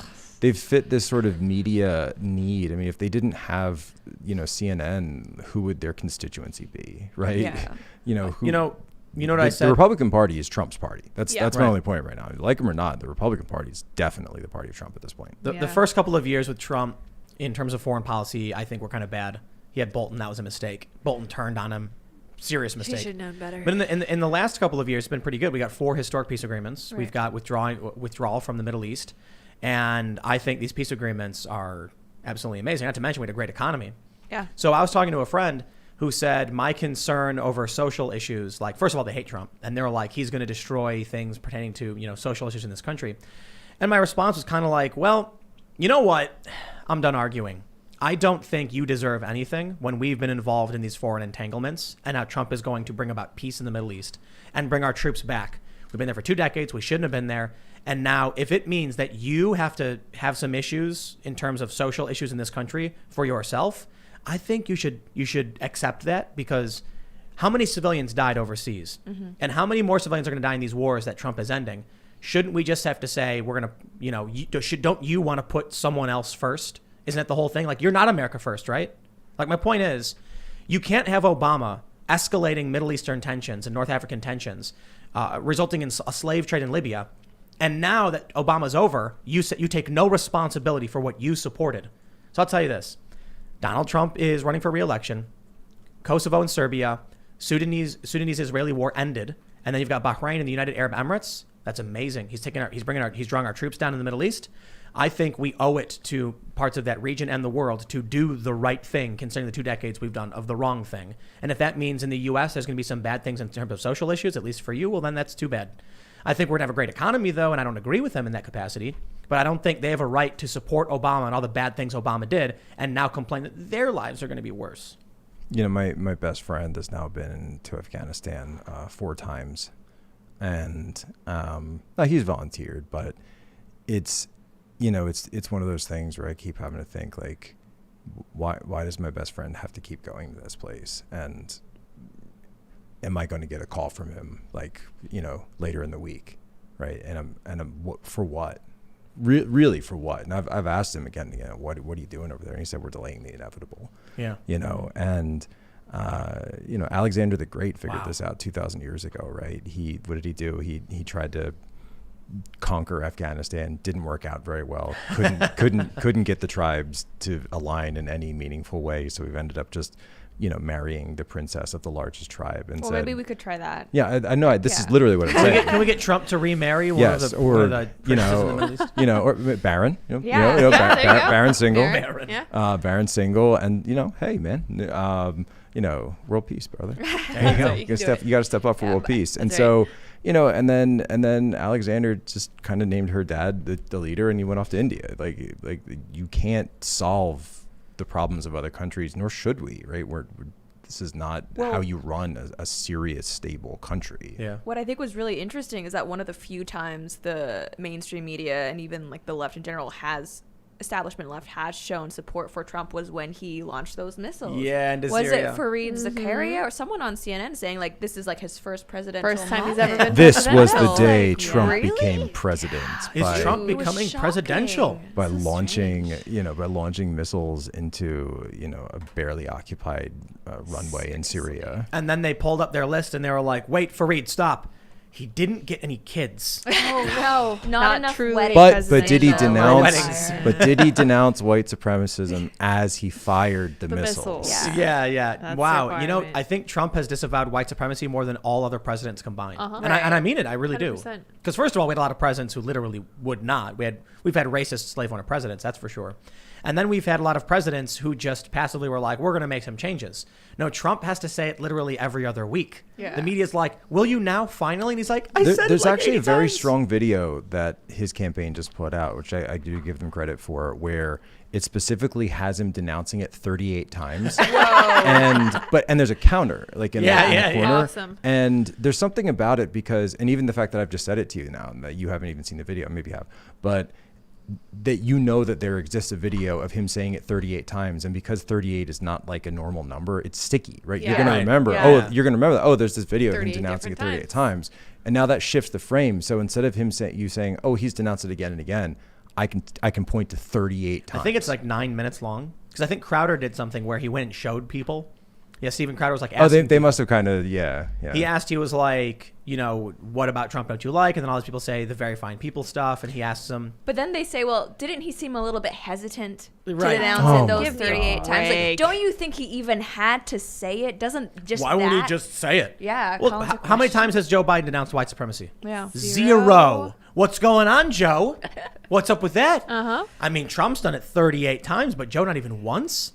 It's kind of And remember, Joe Biden eulogized an exalted cyclops of the Klan. Sure did. I know that the AP fact checked Don't that. say Grand Wizard. Don't say Grand Don't Wizard. say Grand Wizard. Right. Definitely not Grand It Wizard. was like, did Joe Biden eulogize a former Grand Wizard? False. Oh. Actually, exalted cyclops. if you're a member of an organization and your leader is called the Exalted Cyclops, like at some point, do you ever start thinking, gee, is this the place for me? Maybe, yeah. How did they Yeah. come up with those ridiculous? Do they have names other anyway? cyclopses? I don't Not know, that are like, not grand or lesser exalted? exalted. Disrespected. What's Dis- it? But disrefuted. I love as soon Cyclops. as Joe Biden became the candidate, then all of the stuff Kamala Harris was saying during the primary debates about him being cozy with segregationists. Debate. Yeah. Oh so my we just gosh. forget about that. That doesn't count anymore. And then what I love about Kamala Harris is she's the Dr. Hibbert of politics. So like the The laughing, yeah, the laughing. yeah. So in The Simpsons, Dr. Indeed. Hibbert, one of his character bits is that he laughs inappropriately, yeah. just like randomly, just like for Yeah. no reason. There was, I don't know if you guys saw this one. Which one was it where she's being interviewed and she's asked a very normal, serious question and starts laughing, and then the interviewer's not having it, and she sits there like with a big old smile on her face, like the Joker. Why is she always laughing? Yeah. That's weird. Yeah, it's like you sit down with a campaign consultant and they say, well, they give you the advice to, if this comes up, just laugh it off. So if somebody brings up your statements to about Joe Biden during the debates where you called him Keep a it racist, you light. talked about keep it light. If you talk about the busing, you talk about segregationism, the crime 94 crime bill, just laugh it off, keep it light. But they don't, like Kamala, they don't literally mean just laugh for like 5 Every minutes time. straight. They Right. mean like laugh it off as a phrase. It's Like, not meant to haha. be taken literally. And Hillary I did think the same you're right thing. there because I've watched older clips of Kamala Harris before this kind of round of campaigning began, and she didn't used to do this. yeah. Yes. She didn't used to do this. remember. I think this is a new tip they gave her to try to make her seem more likable or something, but it's just backfiring in the worst way. Wear 'Cause it's- skinny jeans, sneakers, and dance Yeah. while laughing. Who's all your the time. Who's your favorite rapper alive?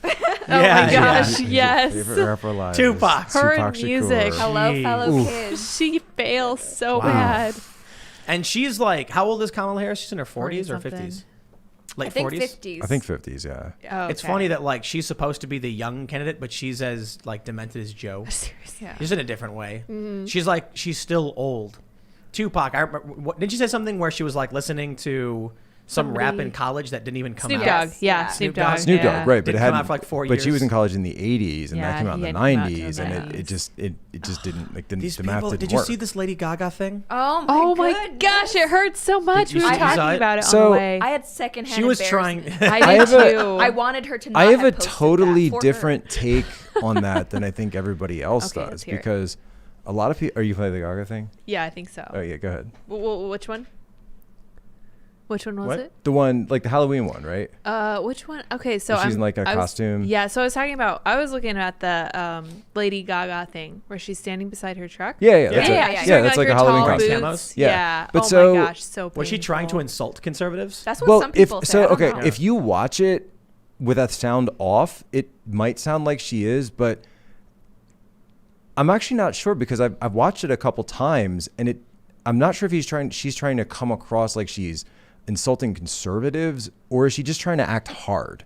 And it's doing a don't really, know. I thought really bad she was- job. She of it. seemed like she was trying to pander because she's right trying to appeal to, like, she mentions a bunch of like swing middle and like America show how states. hard she is, and that she's going back to New Jersey, and, But she and can. all this stuff. She can act, right? Like she's been in movies before. Yeah, the Star Sure. is Born. She's really good in that. but or A Star is but Born. that Yeah. was like she was reading a script and she purposefully flubbed it. Yeah. I'm gonna vote for Joe It's Biden. so weird. It's like, Very what? weird. That's why I'm like, are you trying to insult conservatives? And then, People like- have pointed out that when the video starts, there's a little puddle already by the truck. Where Oh, she had done it already several tried times. it, Yeah, so yeah. It was in the first take. Yeah, it Yeah. was like it was on Yeah. the first take, Oof. but that Right. was the take they chose to post. So Right. I could do a more painful. convincing vote for Joe 100% Biden PSA. easily. Yeah. in 2 seconds. And that's what I mean when like crushing the beer and like throwing it No down. one does like, that to a Who full does that? beer Who can. does that on, with a you're full wasting beer? the beer. I'm sober and I know that nobody does that, right? Exactly. Like that's not a thing. That's that not a thing that anybody anyone has would ever do. done. Exactly. Like, that's actually a party foul. That's Yeah, that's yeah, actually, it really is. It's a party foul. The main takeaway is vote for Joe Biden and spill beer. That's not a Vote party. for Joe Biden. He'll take away your beer. I don't want to. Snap. I don't want to be a member of the party that spills beer. Full I don't beers. either. No, we can't do it. That's a good point. Yeah. But look, what Lady Gaga was doing, it feels like even Taylor Swift coming out for Joe Biden, and then And Amy who, Schumer. Don't forget Amy Schumer. Didn't- Big endorsement. who Yeah, was it who Amy said? Big endorsement, folks. endorsed Amy by Schumer. Someone said that Joe Biden was punk rock. Who was it? Oh, I gotta look it up. Let me Yes. see if I can pull that up. I'm not No. kidding. Give me 1 sec. Somebody No. said Joe Biden. I think it was was punk Seth rock. Rogen or something. Ugh. But that's the what least Liam punk and I rock were guy talking about. ever. Like these people claim to be the resistance. They're supported by all these major corporations, pretty much every institution, right? Academia, the media, and yet they still call themselves like the resistance. If they're selling your shirt at Hot Topic, you're not the resistance. Right. Exactly. yeah. You're just not. You really know. When there's a giant Coca-Cola ad for you. Sorry. There's like this comic of a punk-looking woman, and she's like, if you don't support Black Lives Matter, you're not really punk rock. And I'm just like, if you don't back my ideological movement that is supported by every major multinational corporation and the established political class, then you are not punk rock. So I guess. you know what I was interested by was I like Fall Out Boy, and don't judge me. Nobody gets to judge Lydia. Nobody said I like anything. I like Fall Out Boy, not you Literally guys. no one said Everyone, anything. everyone online. Everyone online. I like Fall Out Boy. I think they're really talented. They made a post on Twitter about voting for Joe Biden. First off, they stole the Van Halen logo. They said they used the logo itself, like blatant plagiarism of the Van Halen logo right after Eddie Van Halen died. Horrible taste. They said we have to vote for Joe Biden because lives depend on it. And they turned off their comments and pinned it to the top of their Twitter profile. And I was like, you guys, that's not very rock and roll of you. First of all, to say go with the establishment. And second of all, to turn off comments is mind-blowing. Like, you won't even engage with people about this. Like, you're just telling them what to do. It's also corporate and manufactured. Exactly. So I went to the Juggalo March a couple years ago. Nice. In DC. It That's amazing. And they actually did perform a little bit at the Lincoln Memorial, so I don't know if that counts as going to an ICP concert or not.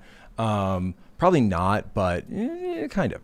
And it was great because Antifa showed up because they were trying to recruit like from the Juggalos and were trying to like march with them at one point. And for a while, like nobody kind of said anything, and there were a ton of people there. But then eventually the Juggalos threw them out because they kept trying to like get people to chant anti-Trump things and all this. And they were protesting for like Juggalo rights, and there was a whole thing. Juggalo rights? Well, there was this whole issue, and I don't want to misrepresent their standpoint. A gang or something. They got labeled a gang. Yeah. Oh, they got yeah, labeled a okay, gang. okay. And so that They're was not a like gang. this big. They're definitely not a gang. They're just dumb and silly. And so there was this idea that Juggalos have rights too, and it was like kind of tongue in cheek, right? That like it's an identity for us, and our the drink of our nation is Faygo. And everything. Yeah. But I mean, they had a point. Like they were being mislabeled and then misrepresented, and I can definitely sympathize with that. And so I thought it was cool, and I went to cover it and see what it was all about.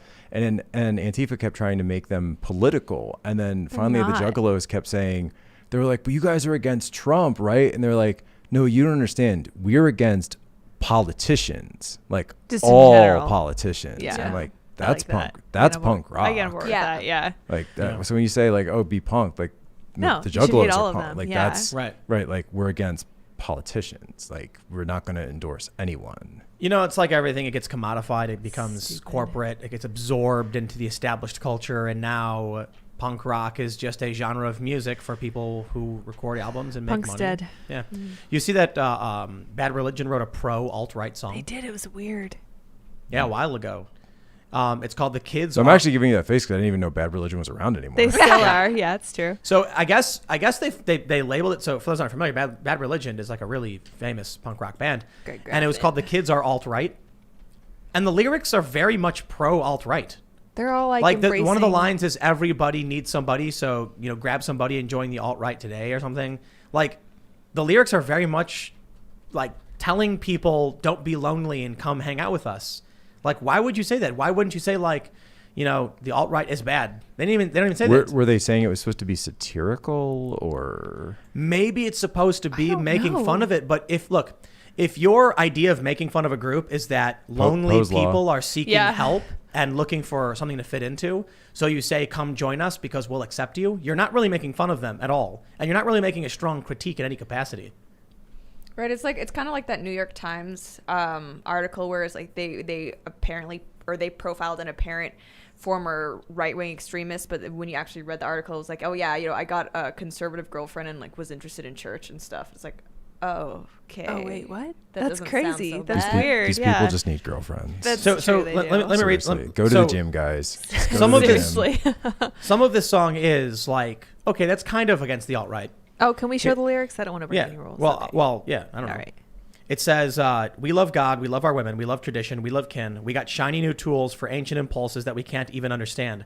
So if you feel alone and downtrodden, there's an elixir for your ills. Join the alt-right, post-light, and darkenment order, and the rest of those bees can go to hell. Alternative facts, alternative lies, alternative names, alternative tribes. Everybody, there's another lyric at the end, but the chorus, I guess, is everybody needs somebody, join the party. The kids are alt-right today. It's like, I guess you can arguably say it's somewhat against the alt-right. But No, it but says, I yeah. think for those people, like tradition is bad, and all of those things that we So might the- think are that's good. what I'm- It's like But that's So- not a criticism. And to I be like- haven't seen the lyrics, but I'm like, so they're Sounds calling out fine. tradition and religion and if you were but like, I think those are families- just so inherently bad to those people. Maybe it is a criticism in and of itself. that's a good point. The lead singer does recent- teach at Berkeley. I recently saw that movie, The Craft Legacy. We talked about this on the show last no. week. And So there, this is the new one, the right? new one. There's a scene Okay. where the girl comes back from school where she like got attention for hitting some guy, and the stepfather is like, I have a zero tolerance policy in this house, and she goes, I was defending myself, and he goes, do not speak when I'm speaking to you. I am disappointed. I have to deal with the family, blah blah blah. I am disappointed. And he walks away, and that was it. And I was like, was that tepid level of discipline of how I am disappointed in you and now I'm going to leave the room was like supposed to be shocking to these people? They've never been disciplined in any yeah. capacity. Yeah. Never. They've never had a parent figure say, shut up and go to your room. Because this was like, that was supposed to be his horrifying moment for her. Seriously. Her stepdad was like, I'm disappointed in you. That was it. So our son is 2 years old. He's almost 2.5 now. And we're just getting to the point where, because his level of cognitive ability and cognitive development is such that he can start to understand where he is, what he's doing, different people, we've started kind of ratcheting up the level of discipline. When I say ratcheting up, I mean from nothing, right? When you're a Right. baby, there's Can't no discipline a you can't baby. discipline it, No. right? And we are like no spank, definitely. We've talked about that. But just even introducing the concept of no, right? Even introducing the concept of no, and it's tough, right? It sucks as a dad, right? You hate to do it, but you also realize that you can see the path that if you don't institute the idea of there are rules, and there are rules that kind of, you can't have yogurt for breakfast every morning. You can't have like frozen yogurt. You can't have it is bedtime. Bedtime is a thing that happens, and guess what? It happens now, especially when mommy is 8 months pregnant, and so it's not easy, right? It's definitely not easy, and it's certainly not fun. I want to just play with him all the time and like watch cartoons and get to do the stuff that I remember having fun with when I was a kid. But at the same time, I understand that as a father, you have a responsibility to teach them that this is how the world works, and this is where it starts. It starts with that first time that you hear the concept of no. Yeah, And if parents aren't introducing that, then what kind of generation are you? I mean, that's what we're seeing. That is Yeah. exactly what we're saying. Exactly. And I think like growing up in Asia, like the difference of like honor shame cultures is really stark when we look at what's happening with so many of these young activists now, right? I think these are people who have never been told no. They're very entitled, and they don't have that concept of wanting to do better for themselves and for their family, which is such a huge motivation for like, I mean, a lot of Asian people just culturally, it's sort of instilled in you. And I think as a culture, and boomers love to kind of harp on millennials, but all of the problems, the cultural problems we have, this started with parenting, right? Yeah. So as much as the older generations might rag on millennials and Gen Z, I think they need to understand, like, well, it's not Who raised them. Exactly, who raised them. Yeah, It's not a mystery exactly. how these kids have gotten like this. Seriously. Well, that being said, let's take some super chats. Yes. Before we do, smash that like button. Do and it. do you guys want to mention your social media real quick before we read some audience questions? Yes. Who should we start with? You can follow me at the Lauren Chen on Twitter and Instagram, and on YouTube. Hopefully, you can find me by searching Lauren Chen. Depends on how YouTube's feeling that day. Yeah, we'll see what happens. Yeah. So you can follow me on Twitter is usually number one. I'm always kind of living there, especially lately. It's like drinking from a fire hose. So it's at Jack Posobiec, at JCKPOSOBIEC. Just released a new documentary which you can check out at antifamovie.com. Yes. Right on. Yeah, and there's Super also cool. You've also given us something. Yes, this is cool. I Yeah, wanna you show guys have a this. little preview of something that's in the mail for other people. This is a Agent Poso. first graphic novel I written love by it. written by Chuck Dixon. So if you remember the character Bane from the Batman series, Chuck Dixon is the creator of Bane Wow. and Birds of Prey, and so he's the writer of Agent Poso. Is he upset with the Birds of Prey movie? Well, he wasn't necessarily involved with it. No, but yeah. I haven't talked. I think he was just honestly happy that they were making a movie out of Yeah. it. I haven't had a chance to talk to him about whether or not he has a review of it or not. I know he has a YouTube page up, so I haven't checked it out. Is that some kind of silencer or suppressor of some sort on your gun? The gun guys, after the art department put that on there, and they were, and I was like, "What is that?" And they're like, I don't know. "It's cool, huh?" And I was like, "Do you all right. understand how many veterans and like Second Amendment people follow me gonna get or like in my roasted. audience?" And so, What is that thing? Like, That's it's a future gun. It's It's a future gun. It's, You guys, well, a future gun. it's if you open front page, it's set in 2040, so it's a future gun. That actually is a future gun. There That you kind of go. makes sense. So it's a future gun. You've Yeah, my aged friend, very well. You Thank you so have. much. You look wonderful in this. Yeah, for some reason my son hasn't grown at all. But Yeah, I don't, that's like, kinda it's- weird. Yeah, Time froze. but it's sort of like kind of taking the taking a lot of the issues that we're talking about right now and fast forwarding them like 20 years That's and just seeing really what happens. neat. I And can't wait to read and this. it all goes bad. Just a scenario where it all course it goes. does. Greta Thunberg is like in charge of the Oh, UN, no. in charge of the UN, And she's it's- aged? she's older, like an Right. adult. Yeah. So she aged, but we didn't. I don't know why. That's amazing. You aged- Regeneron. Regeneron, yeah. Regeneron. Regeneron. Looking good. Regeneron. All right, Looking let's sharp. read some of these super chats. Looking sharp. I'm going to go straight for this one because it's going to be fun. Grace Okay. Fang says, Trinidad on a Shabbat Bridger. Yes. I'm going to mobilize Trinidad on a Shabbat Bridger. Shabbat Bridger. Tim nailed it. There you go. The other white nerd says Trump's won. With a 5% swing on November 3rd, he flips Nevada but loses PA.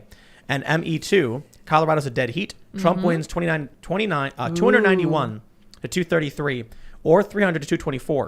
Biden wins popular vote by 1.1, less than Clinton's gosh. 2.1. Oh, We'll man. see. Kellnan says, I'm an ANCAP who hasn't voted in 12 years. I would crawl over broken glass to vote for Trump tomorrow. man. Wow. 538 says, I, as a secret voter, don't exist. I'm considered a non-voter by their standard. I will be there at 8 a.m. Awesome. You will see, I don't mean to interject, but you will definitely see Trump supporters sleeping out tonight. Oh, for Oh, sure. wow. Yeah. I guarantee. I've seen it. I've been across the country covering these rallies this whole year. I literally saw 1,000 people in Wildwood, New Jersey, sleeping out. Yeah. And not 1,000 in line, 1,000 sleeping out overnight for Trump at that rally. Wow, man. Yeah. And I guarantee you there will be probably in a lot of these Jersey. swing states Super of people. blue, and man. New Jersey. Right, New Super Jersey. blue. I mean, lately they've been having rallies in like Beverly Hills for Trump. Yeah, man. Yeah, They're Jersey. having rallies where, I mean, just think about that. They're having rallies where Trump isn't even there. Yeah. Right? 96 And nobody from the miles. campaign is Hours. there. Yeah. And they're Yeah. in the streets and they're in the rivers and they're in the lakes and you can't turn There- around. in New Jersey, where I lived, there's like this swampy marsh with no dock and no real way to get to it, and someone Yes. planted a gigantic Trump flag right in the middle. remember. And That's this was a long time this ago. is Norcross's district, very blue. It's like D+8, and everyone I know out there said they were voting for. I think I saw one Biden sign. You know, Tim, if I had to say, I'd say that's pretty punk rock. I would say mean, it so. kind of is. Yeah, it really is. Breaking onto this weird marshy property with no dock to swim out in the muck and then plant this giant Trump flag. Like you guys saw the Trump thing they did in Hollywood. Those The guys, sign, the yeah. sign. they yeah. filmed that video, and I'm like, Wow. if you're gonna jump the fence and go into the marsh and like paddle out and then put up a flag, you should have filmed it too. Yeah, seriously. I- Which actually they took that sign down illegally because that was private property. Oh, And that really? sign was taken down illegally, jerk. and there is some litigation that might be going into that Interesting. because that Wow. was completely illegal to take that down. Glad Wow. to hear it. Or let's see. Matt F says bought some soap after Lauren's last appearance. Smells pretty nice. Awesome. Oh. You sell soap. Oh, she does. Yes, my family has a bath and body products business. You can find us at clearlypure.com, spelled CLEARYPUR.com. And yeah, last time we were on the show, I was telling like these guys, we got so many orders. Like I was making bath bombs and stuff for. I had and to actually also- do work. Yeah, well, I actually, know. my mom usually does all of the like manufacturing, but since She had they to were help her. they were Yeah. over like in Phoenix getting my dad's surgery, so like I've been playing like double duty of like soap Aw. business and like YouTube stuff. Is there a So website for it? the soap? Yeah. Yeah, clearlypure.com, but pure is spelled PUR.com because it's millennial and trendy. Fancy. Yeah. I And love now you're it. gonna sell a lot more. Yeah, were, exactly. were you ever an Invaders In person? No. Big I fan didn't- of it. Oh, okay, Invaders yeah, In. yeah. All the Yeah. 3-letter names. Girl, why was there bacon in the soap? I made it myself. I love it. Zim was great. Cute. Let's see. JP says 35 years old, first time voting for the president, and I lied to pollsters in AZ because it's funny. Trump 2020. Okay, can I comment on this just Yeah. real fast? Scott Adams is talking about this. He is, yeah, I've He heard this said, too. This is the funniest thing, and I think Trump supporters are going to be on board with this. I think they think it's a gigantic practical He joke. says it's going to be the biggest lie to the biggest pollsters. the biggest dad the biggest joke. dad joke. The biggest dad Yes. joke in history. It's awesome. Is that every Trump supporter is lying to a pollster because they want to see the liberals They want want to see the lady melt down Yeah. again. And They I'm want like, to take those absolutely fracking correct. wells and convert them from natural gas to The liberal, liberal tears, tears. and have them overflowing throughout Western Pennsylvania and dude. Ohio. Please. It's like, why did they make it so easy? Seriously. The leftists like the woman dropping to her knees and going, Yeah. no. It's like, what? Come was grow up, amazing. dude. Or If at you- least I'll do tell- that at home. Like, You don't know- do you it know on what I'm gonna camera. do? It's embarrassing. Well, remember, performative ritualistic acts are very important true. in That's these true. types of Yeah. cultures. Yeah, I Tomorrow- Very important. Tomorrow, if we see a blue landslide in every single state is blue, and Joe Biden wins, I'm gonna put my feet up right here on the table next to me, lean back. I'm gonna crack a beer, and I'm gonna laugh. Yeah. What have do a you good do? time, Yeah. and just live. Like, I'm not gonna get angry about it. I'm be like, well, look, that's a thing that happened. But even with after ACB was confirmed, I saw people on TikTok and social media like posting videos of themselves crying. And I think they see it as a sign of their virtue, how upset they are by Precisely. stuff like Yeah. this. Precisely. I think And so. whereas like I'm just thinking, why would you give the right ammunition? Such weakness. Yeah. They just Yeah. it's performative. It's very performative. It's ritualistic. It's who can outdo the next person to them. And Yeah. so when you're online, and plus you have the pervasive influence of the retweet and the share and the number of likes, number of views, etc. So you get people performing these acts, and whether it's subconscious or not, it doesn't really matter. That you're going over the top to try to get more views, and so and you can put those compilations together of the crazy liberal screaming In the car, yeah, right? that's like a new genre That's the of thing. terrible Oh, I horror hate video. it so Screaming much. in the car. And each of them thinks that they're unique when Yeah. they do it. Yeah. And they all look the same. Like They often do. there's this thing now where it's like I don't mean to generalize, but for some of these like young social media activists, like I don't even know what their views are, but just looking at them I can tell. Yeah, You it's know, the it's like the glasses, glasses, the, the short hair. hair. Ugh. They look like clones. All right. So Polchi says, cool song, Tim. Yes. Yes. For those that don't know, I finally released this song and music video, So cool. Song's dope, man. which is I haven't up heard it on, well, I'll show you after. It's on youtube.com/Timcast IRL. It's in the video section. It just went up, and I also tweeted it out. I'm And so it is happy. very much about what's going on right now. So if you're very much paying attention to the rioting, the election cycle, and the anger and revolution, check it out. It's called Will of the People, and it's on this YouTube channel. But yeah, you can. There you It's go. doing well. Everyone It's- loves it. Yeah, everyone thinks it's the best song ever. Yes, I don't know. correct. It's mostly about the story in the video. That's why I made it. It's So really you should cool. check it out because the story is about revolution and kind of what's going on in elections and stuff. And the Yeah. aesthetics are great, by the way. They the really team are, you had on yeah. there, unless that was you, just No, you're we doing had, it on yeah, the he did side. all of it Yeah, so himself. Nishra did the arrangement. So I wrote the song, I wrote the story, I performed it, and then she did all the arrangement for all the Adam's instruments. wife. Mm-hmm. And then she also did extra instrumentation and stuff. And then we got this animation studio that these guys were geniuses. They did Dude. color work on it. It's so good. So Yeah. cool. I mean, Well, it thank looks you, like yeah. something that like the Gorillas would have done. It really you does, know, yeah. years ago, but it actually like has more meaning behind it, I think. Definitely. Yeah. Well, Excellent. I It's was so good. writing about all the political conflict. Yeah. And so I wanted to make a video that told the story. So we did. And we got more where that came from. Everyone go watch it. With that being said, let's see.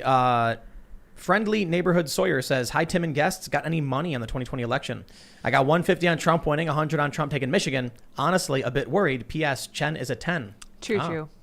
Chen dead. Thank you. Love Any it. money on any money on the election? Gambling stresses me out. Yeah, I I'm remember not about even when that. I was a kid, I was too stressed out to play cheat on Neopets. Oh, how funny. Like, you know, on Neopets? Yeah. Yeah. So there were like games of chance, which were actually like gambling. And one of them was like cheat, where you could like bluff about the cards you had. Cute little gambling for kids. I was too nervous. Couldn't do it, huh? I couldn't do it. How funny. I'm not. What about I'm not a hard person. what about you, Jack? No, I don't Yeah, gamble. gamble. No. Too Catholic to gamble. Okay, that makes sense. The Dashing Rogue says, for Tim Pool and Lauren, do you think that the Dems will stack the ballots in Trump's name to frame him?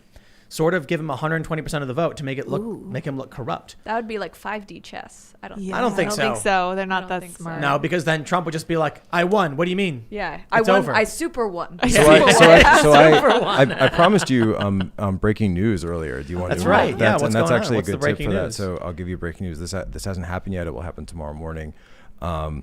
The Republican lawyers are planning in the state of Pennsylvania, Commonwealth of Pennsylvania, to file an injunction, an emergency injunction in Commonwealth Court tomorrow for specifically talking about ballots and essentially the idea of broken ballots, right? So when we know that there's been so many mail-in ballots, absentee ballots, et cetera, that have been sent in, we've already talked about how some of them will start to be counted tomorrow in the state of Pennsylvania, that inevitably a portion of them will be have some kind of flaw, right? A signature will be wrong, or it won't be filled out properly, or an affidavit won't be signed, or maybe it showed up but the envelope was wrong, or so you can see the name, or whatever, any number of those things. They will be filing an emergency injunction asking for a restraining order, basically, that those ballots not be counted on the day of, and that they be segregated and then later dealt with. This is something that, obviously will come up in any type of election litigation following the election tomorrow, because I think if Pennsylvania does end up being as close as people think it's going to be, that, those numbers are going to matter. There's there's a 40,000 vote margin last time. Yep. 40,000 Sure. votes could Razor's swing our edge. entire election. Oh man. Okay. Crazy. That's exciting. Talbot Link says, perfect framing with Rogan in the shot with Jack. Gave me a chuckle. Looking forward to the tweet storms tomorrow. We did that on purpose. I was like, Yeah. let's try We and did make it sure on we can get purpose, yeah. Joe Yeah. looking at Jack. It's kind of funny. He's eyeballing He's Jack. like looking at you like, I But that's love from, it. as most of you know, we have George Alexopoulos, right? George? Correct, yes. G Prime 85 does all this really amazing art, and I bought these from him because it is the perfect studio decoration. Check out Like, the one behind They're Lauren. absolutely wild. yeah, Joe Biden eating Amazing. Okay Boomer Girl. It's wonderful. He does art. books too, right? I think he has Yeah, books yeah, themselves. we got a Yes. bunch of them. Nice. I got to show you the stuff we have Wow. downstairs because my favorite one is when Joe Biden kills 200 million people. That's amazing. Just they're wild. They're so wild. I was staring awesome. at that the other night. Hey, this dude gets so many plugs on our show because I can't help. I look at know. I look at it and I just bust out laughing. Like we have the one on the ground where Joe Biden eats the little girl and everyone's cheering. gosh. No, Oh, this no. is important. This is important. The one on the ground behind Jack is a woman handing a little girl to Joe, who then opens his mouth like a giant monster and Like a eats her. hydra, yeah. But everyone behind him is cheering and giving thumbs up. And the reason it's important is because when Biden said "True and Anana Shabbat pressure," people were cheering. Yeah. When he said Medicare care, people started cheering and clapping. It's like, What are you cheering for? I don't What are these understand. words? Badacat care. Come on. Joe Biden could be like, I'm going to make up a random word right now and you'll cheer for it. And they'll go, yay! Like, that's Biden supporters. That's crazy. They kind of remind me of almost like Garbage Pail Kids. You remember Yes. that? Remember that Yeah. that series when we were younger, and just a lot of those sort of Art Crumb. My dad was a huge Art Crumb fan. That that his creepy comic. Yeah, they were creepy, but they're also sort of like a huge satirized version of life itself. Yeah. Like everyone, you're born, and then you get this crowd of people comes up and rushes you off to the school, and then Yep. another crowd rushes you off to work, and then another crowd rushes you off to marriage, and another crowd rushes you off to the nursing home. Then you get rushed off to the graveyard and just dumped in, and then Yep. they just and then they go back to the hospital, and that's like the Sounds whole. like fun. Yeah. I got a bunch of super chats from people saying they thought bad cath care was bad health care. Oh, But then why would Biden be saying we believe it's a right to have bad health care? it is not a right. Is that what he said? It's I not? don't know. No, it is. Yeah, I don't know. But we had a It lot of is, super yeah. chats. They solved it. Aurelio says, ask Jack what ended up happening with Mark Cuban. I think you I mentioned it. mentioned that he wanted me to somehow provide the actual hard drive that was provided to the FBI, which is like think that's so. you're asking me to Insanity. provide something that can't be done. Nate Adams says, everyone in your studio has been instrumental in bringing much needed Heck yeah. information to the people during this ridiculous year. You helped millions of people. Thank you. P.S. If there is a red wave tomorrow, can we please refer to it as Corn Pop's Revenge? Yes. Corn Pop's Revenge. Does anybody even know what Corn Pop looks like? I want to find the man. You know they actually found an obituary of him. I don't think Really? Oh, no. Yeah. Somebody was trying to Corn fact Pop. check it, and My little Corn Pop. yeah, I'm so sorry, Lydia. Oh to my break- gosh, to break the very news. Corn Pop, sorry. no! I should have been a little more sensitive about that. on, I'm like, yes, man. a corn pop's dead. But yeah, so I remember somebody was trying to fact check it, and they actually found that there was and there was a guy who had been arrested, and years before in that part of Wilmington, and he said he ran with this group of guys, totally and he was was called him. Corn Pop, and then they found his name, then they found an obituary. Oh, man. And yeah, Corn Pop. yeah. I'm sad. Well, we get Wait, old wait, and we pass. I mean, the part of that story that got me was like, so I got a chain and waited in the parking lot for him. Whoa. That's are pretty you metal. Are you telling this story on purpose, dude? That Like, seems incriminating. so I mean, we went to a community pool when I was younger, and yeah, I remember people kind of messing around on the diving board or whatever it was, but I don't think anyone needed to go at him with a chain, Joe. Don't Different recall times, man. that. Yeah. Joe Biden was a bad dude, huh? Called him Esther. All right, let's see. Jose Juan Isaac Tavera says, if Kyle Rittenhouse is found guilty, I'm going to Kenosha and rioting. Oh. I would say don't do that. Nope. Yeah. Nope. Rioting doesn't work. This is the doesn't. most, look at Trump's polling approval and Black Lives Matter tanking in approval rating because of the riots. Why is Trump doing a rally in Kenosha right now? Exactly. Yeah. Because the A rioting doesn't city work. that he has no business being in, that he would normally get slaughtered in, where he's actually doing well. Yep. Yeah. The riots. So that's It's why the I'm riots. I kept saying that, in my videos, leftists, don't do this. Support for Black Lives Matter net approval was 25%. Now it's lower than it was the previous year. Every supporter they gained, they lost and then some because of the riots. I'll tell you something else Crazy. too about Kenosha, which I can't say this because I haven't given permission to say it publicly or yet. But let's just ask the question: the Kenosha DA has filed charges on Kyle Rittenhouse, and that case is already going forward. But the Jacob Blake shooting, they haven't announced yet the results of that investigation, and the Jacob Blake shooting obviously happened before Kyle Yep. Rittenhouse. Yep. So why is it, City of Kenosha and Kenosha DA, are you not announcing the results of that investigation? Could it be that you're worried about something that came out in those results, City of Kenosha and Kenosha DA? Why won't you release them before an election? Oh, what an interesting They'll release it after, question. before, they'll wait until all the mail-in ballots are counted, and then all the ballots are counted, and then they'll, Yeah. then they'll let us know. But, withholding information is totally fine for democracy, withholding information from the Yeah. voters. Yeah, it seems fine. Or Normal destroying, and public record and smashing your phones with hammers. Totally fine for democracy. bleach bit. Yep. Totally fine. All right. Benjamin says, hey, Tim, I went to my first Trump rally. Unfortunately, you're probably wrong about the actual amount of people who come to them. It was far more. In my small town, we maxed out the airport and had an additional 10,000 who stood outside and listened. Hickory, North Carolina, shout out. Holy I heard about that. Yeah, I heard the Hickory, North Carolina. They were talking about and I think Trump mentioned it at the rally. He said they were telling me the airport was too small, and I said it's an airport. Yeah. So What are you he means supposed to too do? small.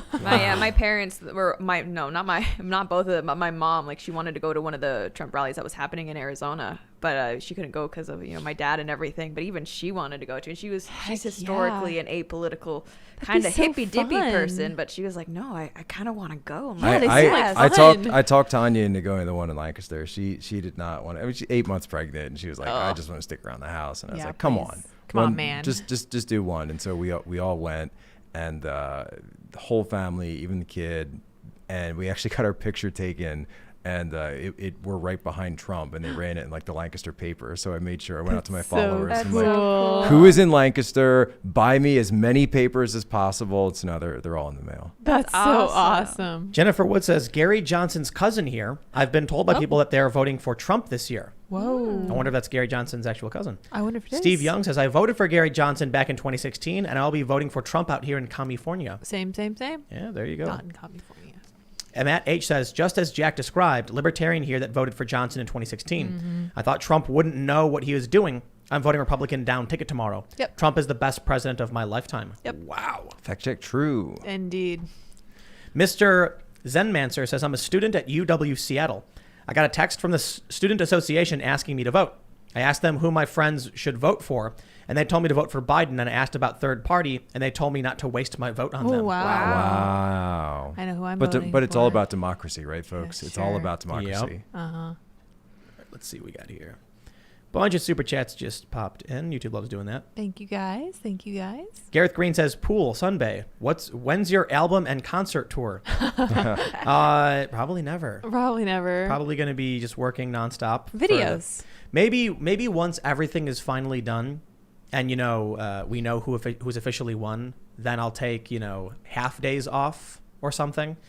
But what I was thinking of doing is we can get a tour bus and we could actually do all That of would my be shows in the super bus. fun. We'll go pick up our Yeah. guests. Yeah. That'd We be could so just much drive fun. 2 different guests, so I could do my morning show and my night show Yeah. in a van. That'd be so in like fun. an actual tour bus. That'd be fun.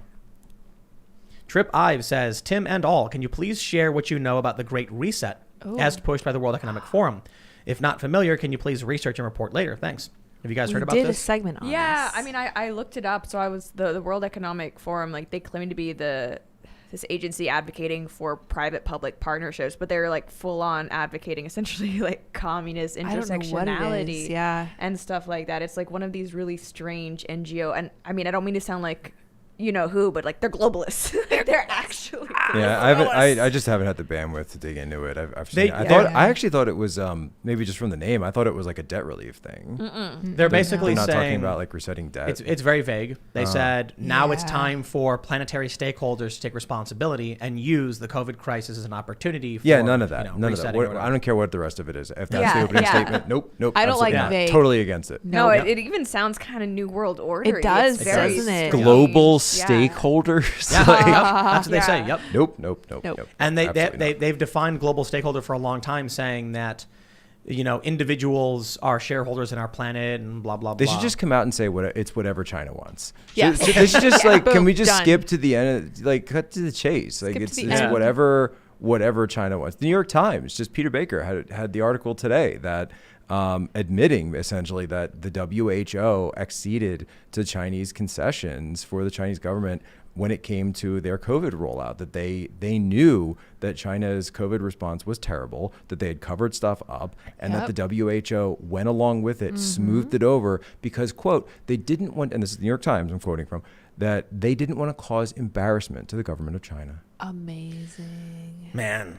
Who was, keep in mind, locking up doctors. And not just the Uyghurs, right. That's, I would say, Literal separate, doctors. but they were locking up the literal doctors who were blowing the whistle on this. Right. Yeah. Yeah. We got news. Wilmington's William L. Cornpop Morris died at 73 in 2016. In 2016. So close. Yeah. Benjamin Is DeRoe- there a Corn Pop Jr.?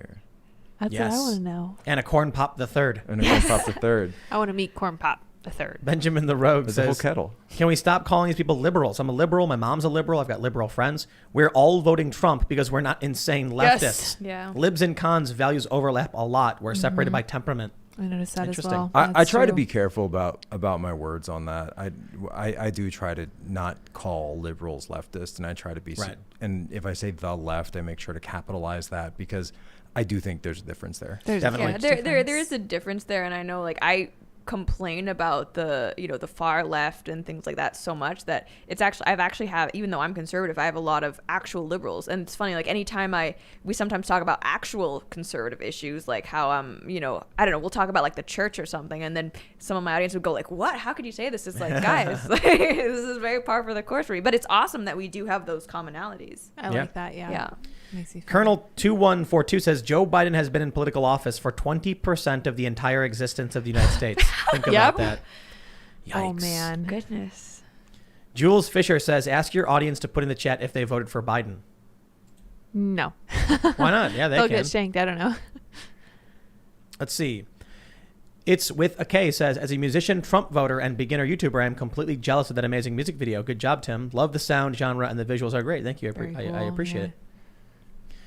Gandoin says, Tim, I hope you still use your NJ post office address. Sent you 3 books and you'll really need to read through. Oh, okay. Harbinger, Oracle, and Harbinger 2. Sweet. Even Lauren would be interested in those books. Hope they got to you. Not yet, but we will probably get them soon. We get them soon. Let's see. Killer Skin Canoe says, Tim, love the show. Great guest as always. Biden has confirmed he's going after the AR-15. Does any law-abiding gun owner really think he has our support? What do the guests think about 2A? I think it's an obvious what you guys think about 2A. I'll say this, just in terms of electoral tactics, that the Trump campaign, I don't think, has done a very good job of highlighting that issue. Yeah. Joe Biden has stuff all over his website talking about Banning all online sales of online guns, ammo, and online sales accessories. of guns and accessories and Yeah. magazines. And I mean, this is some pretty drastic stuff. And yeah, the shooter community definitely knows about this, but I do think that it's something, if you actually highlighted how far he's willing to go on some of these issues, that you might, I don't know, you might turn on some people who wouldn't normally be involved in politics, but in many places, like Pennsylvania, where the Second Amendment is so culturally entwined with the life in that state, and many, most of Pennsylvania doesn't look like Philadelphia, right? Right. Yeah. That you might get, I don't know, may have been some money left on the table there. Yeah, and I mean, I grew up outside of the United States. I remember like the first time I shot a gun, it was in college, and I was in Utah, and I told my American roommate, like, yeah, I never shot a gun, and she just looks at me, goes like into her room, pulls out the shotgun, and she's like, let's go, and I'm like, whoa, America. America. No, Yeah. but I mean, learning historically about the reasons why the Second Amendment exists, and even looking culturally and politically around the world now, I think it's like one of the most important rights. And I think, they say Second Amendment protects the first. Does. I think that's absolutely true. Yep. Well, and for those, you probably know my opinions. I've been tweeting about it. In January, I was like, I don't want any guns in my house. Sorry, been no, fun. no excuse. And then Fun to COVID happened, and I watch. was like, well, I'll think about it. And then the riots happened, and I was like, Yep. how do I buy a gun? And then I bought a bunch. What's interesting is that in Canada, you can have a gun with like caveat. It's not interesting. Liam and I actually had to take a whole class just to get our permits, but you cannot use guns for self-defense. What? Yeah, you actually don't have a right to self-defense in Canada, and you certainly cannot use a gun for I self-defense. mean, there are a lot of states where that's the case. Yeah, and Yeah. if you go to your like gun licenses and say, they ask you like, why do you want a gun when you're filling out the application? If you say for self-defense, they will not They give won't you give your it to license. What do you say, hunting? Yeah, hunting, collecting, marksmanship. Yeah, Liam Hunt. Collecting. Yeah. Scalps. I don't think people have really given credence to, or really just understood how much those riots changed people on this Oh, question. definitely. Oh yeah. I've had people, like buddies of mine from back home, that they're like as left as you can go, right? But we're friends from growing up, and we still talk and everything. It's not like, I'm not one of those people who like judges people by their politics. We disagree. All right, talk about something. Let's talk about Game of Thrones. And even he was like, dude, how do I get an AR-15? Like, I feel like I need one. Like, I have a daughter. I don't know what's going on. It's the combination of like not only riots, but also all of these like liberal mayors or leftist mayors have been telling cops to stand down. So I think that combination, it makes Yeah. people scared. Deadly combination. Not only are there rioters, but you also can't depend on law Where enforcement. they to might protect criticize you. the police, but they're, when something goes wrong, you want to call 911. Oh, for sure, Absolutely. yeah. So then what happens if you call 911 and They don't come. And that was probably the most devastating ad that Trump made Yeah, I this thought year. so, for This sure. that you call 911, you get put. I'm sorry, no, No one's That happened. No one can happen. There was the right woman now. in her car, and she's like, "Ma'am, we can't do anything." Or there was this journalist in New York who said that a fight broke out outside his building near his door, and they were trying to break in or something. And the NYPD, the 911 operator said, "Sir, the city is under attack. What would you have us do?" me do? Yeah. Yep. And he was like, Jeez, "What do I do?" It's like, well, you can't have a gun. Sorry. I've got a buddy who's NYPD, and some of those nights when he's out there on patrol, he texts me stuff, and it's at some points of the lockdowns, and this wasn't protest violence, by the way. This was like people going out settling scores kind of stuff. Yeah, like and purge. Like, this is a family that wronged me, or this is a guy who owes me money, and you see, and then when you see the bodies, and he would send me pictures, and it's clearly meant to send a signal, right? Send a signal to that community, and believe me, they're sending signals to those communities. So the paper might, the newspaper might just say, 2 people were shot, whatever. But when you see the photo, you realize this is very different than what we're used to seeing. I think a lot of the political differences that exist really stems from urban versus rural, because I think there are a lot of urban people out there who just can't imagine being further than like 5 minutes from a police station. Right. But Yep. for a lot of rural or even suburban 100%, voters, like yeah. what, 20, 30 minutes? So Yeah. it's like you don't have the We luxury don't of have a just police station around yeah, here. just dialing and having someone to help right away. A lot of times, like, you're literally all there is. Someone brings up a good point. Dave says, "Tim, I think too many Republicans have waited till tomorrow, and the voting polls won't be able to take them all." Yep. Yeah. I know they did. Oh. Lines Almost are gonna be everyone I've massive. talked to. In Pennsylvania, the way because that's the election law I know off the top of my head very well. The way it goes is if you are in line by 8 p.m., that you are guaranteed the right to vote in person. Okay, that's Wow. good. So even if you have to stay longer, and it's like, look, guys, if you're standing out for a rally, you can stand out for a vote. Oh, definitely. And They so will, too. Usually, and they will. Yeah, With absolutely broken will. glass. And Yeah. And so the way it works is that the judge of elections, or like the deputy judge of elections, what they'll do is they'll physically go out and stand at the back of the line when 8 p.m. comes, so that Oh, when okay. somebody else Tries would to show up behind them and say, hey, look, this It's over. is the thing. Yeah. And by the way, this is coming up now. If you read the Alito decision last week in Pennsylvania, this is a big issue when it comes to these mail-in ballots, because there has to be a deadline for when they are mailed by. And it's that same principle. It's that same principle that the polls are not open forever. It's not like we can't keep recounting the votes until Right. Trump loses, right? So there has to be. And so that was a 4-4 decision. So they let the lower court ruling stand. But in Alito's opinion, he sort of left the door open for, hey, once the election starts, if you file this again, you'll have more standing because you can actually prove injury. And what else happened between then and now? Of course, we now have a new Supreme Court justice who's on the bench, so you're not going to see a 4-4. Which I think she was actually on the bench, but because she hadn't been there for the argument, she didn't rule Right. on that one. This is going to be, such an issue going forward as to, when is the last moment that you accept ballots in these states, and it's got to be what the law says. And you can't, the Democrats are trying to change what their own law says Yeah. in terms of that deadline.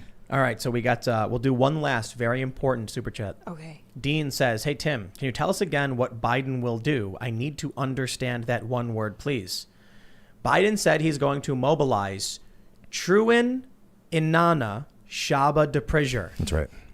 So I listened to that hundreds of times. Truin Inanna Shaba DePrisure. I have no idea what he was saying. No idea. When I But, first saw that, it was on a tweet and it was written, and I thought, is this like a new COVID treatment? And then I think, oh no, it's not. There's It's no L in dementia. there. It does Yeah. sound like one thought of it was those, like a drug or something. like What a is that? drug for Dementia. before they Are get. you feeling symptoms of COVID? Try Truin Inanna Shaba DePrisure. Mobilized by Joe Biden. Are you feeling Yes. inadequate? Are you feeling like less than half the man you used to be? Just bring your Badacath Care card, and you can get your first sample of Truin Inanna Shaba DePrisure. Free dose of True and Honest Shot of Pressure. That's right, Truin folks. Inanna Shaba DePrisure. I'd like to, how would I'd love to do like the NPR bit of that. I think that when Biden spoke from his heart about True and Nana Shabbat pressure, it really just It spoke to me. On a Batacast But let- cable. Betacast. Let's face it, though, a Biden State of the Union would be amazing. Oh, she said it. You're right. She said it. You're She right. went there. That's Oh my true. goodness. That'd be so That's why I'm funny. saying, look, if Joe Biden wins, look, Just I'm gonna embrace laugh. the memes. Yeah. I know Yeah, it's gonna man. be great. Memes are gonna write themselves. Yeah. Yeah. It's going to be wonderful. great. Anyway, guys, thanks so much for hanging out. We have a big election party tomorrow. Yes, we do. And we're just going to have the stream rolling. So it's not going to be like our normal podcast. We're going to start streaming at some point in the evening and just leave it. We're going to be doing something. So many of you may have seen when the leftists are like, Tim, why don't you Skype with people? We have no capability for Skype because in case maybe people haven't realized, Lauren is sitting across from Jack and I'm sitting across from the camera. There's no screens. I can sort of look to my right and see a screen, and we don't have anything set up for Skype.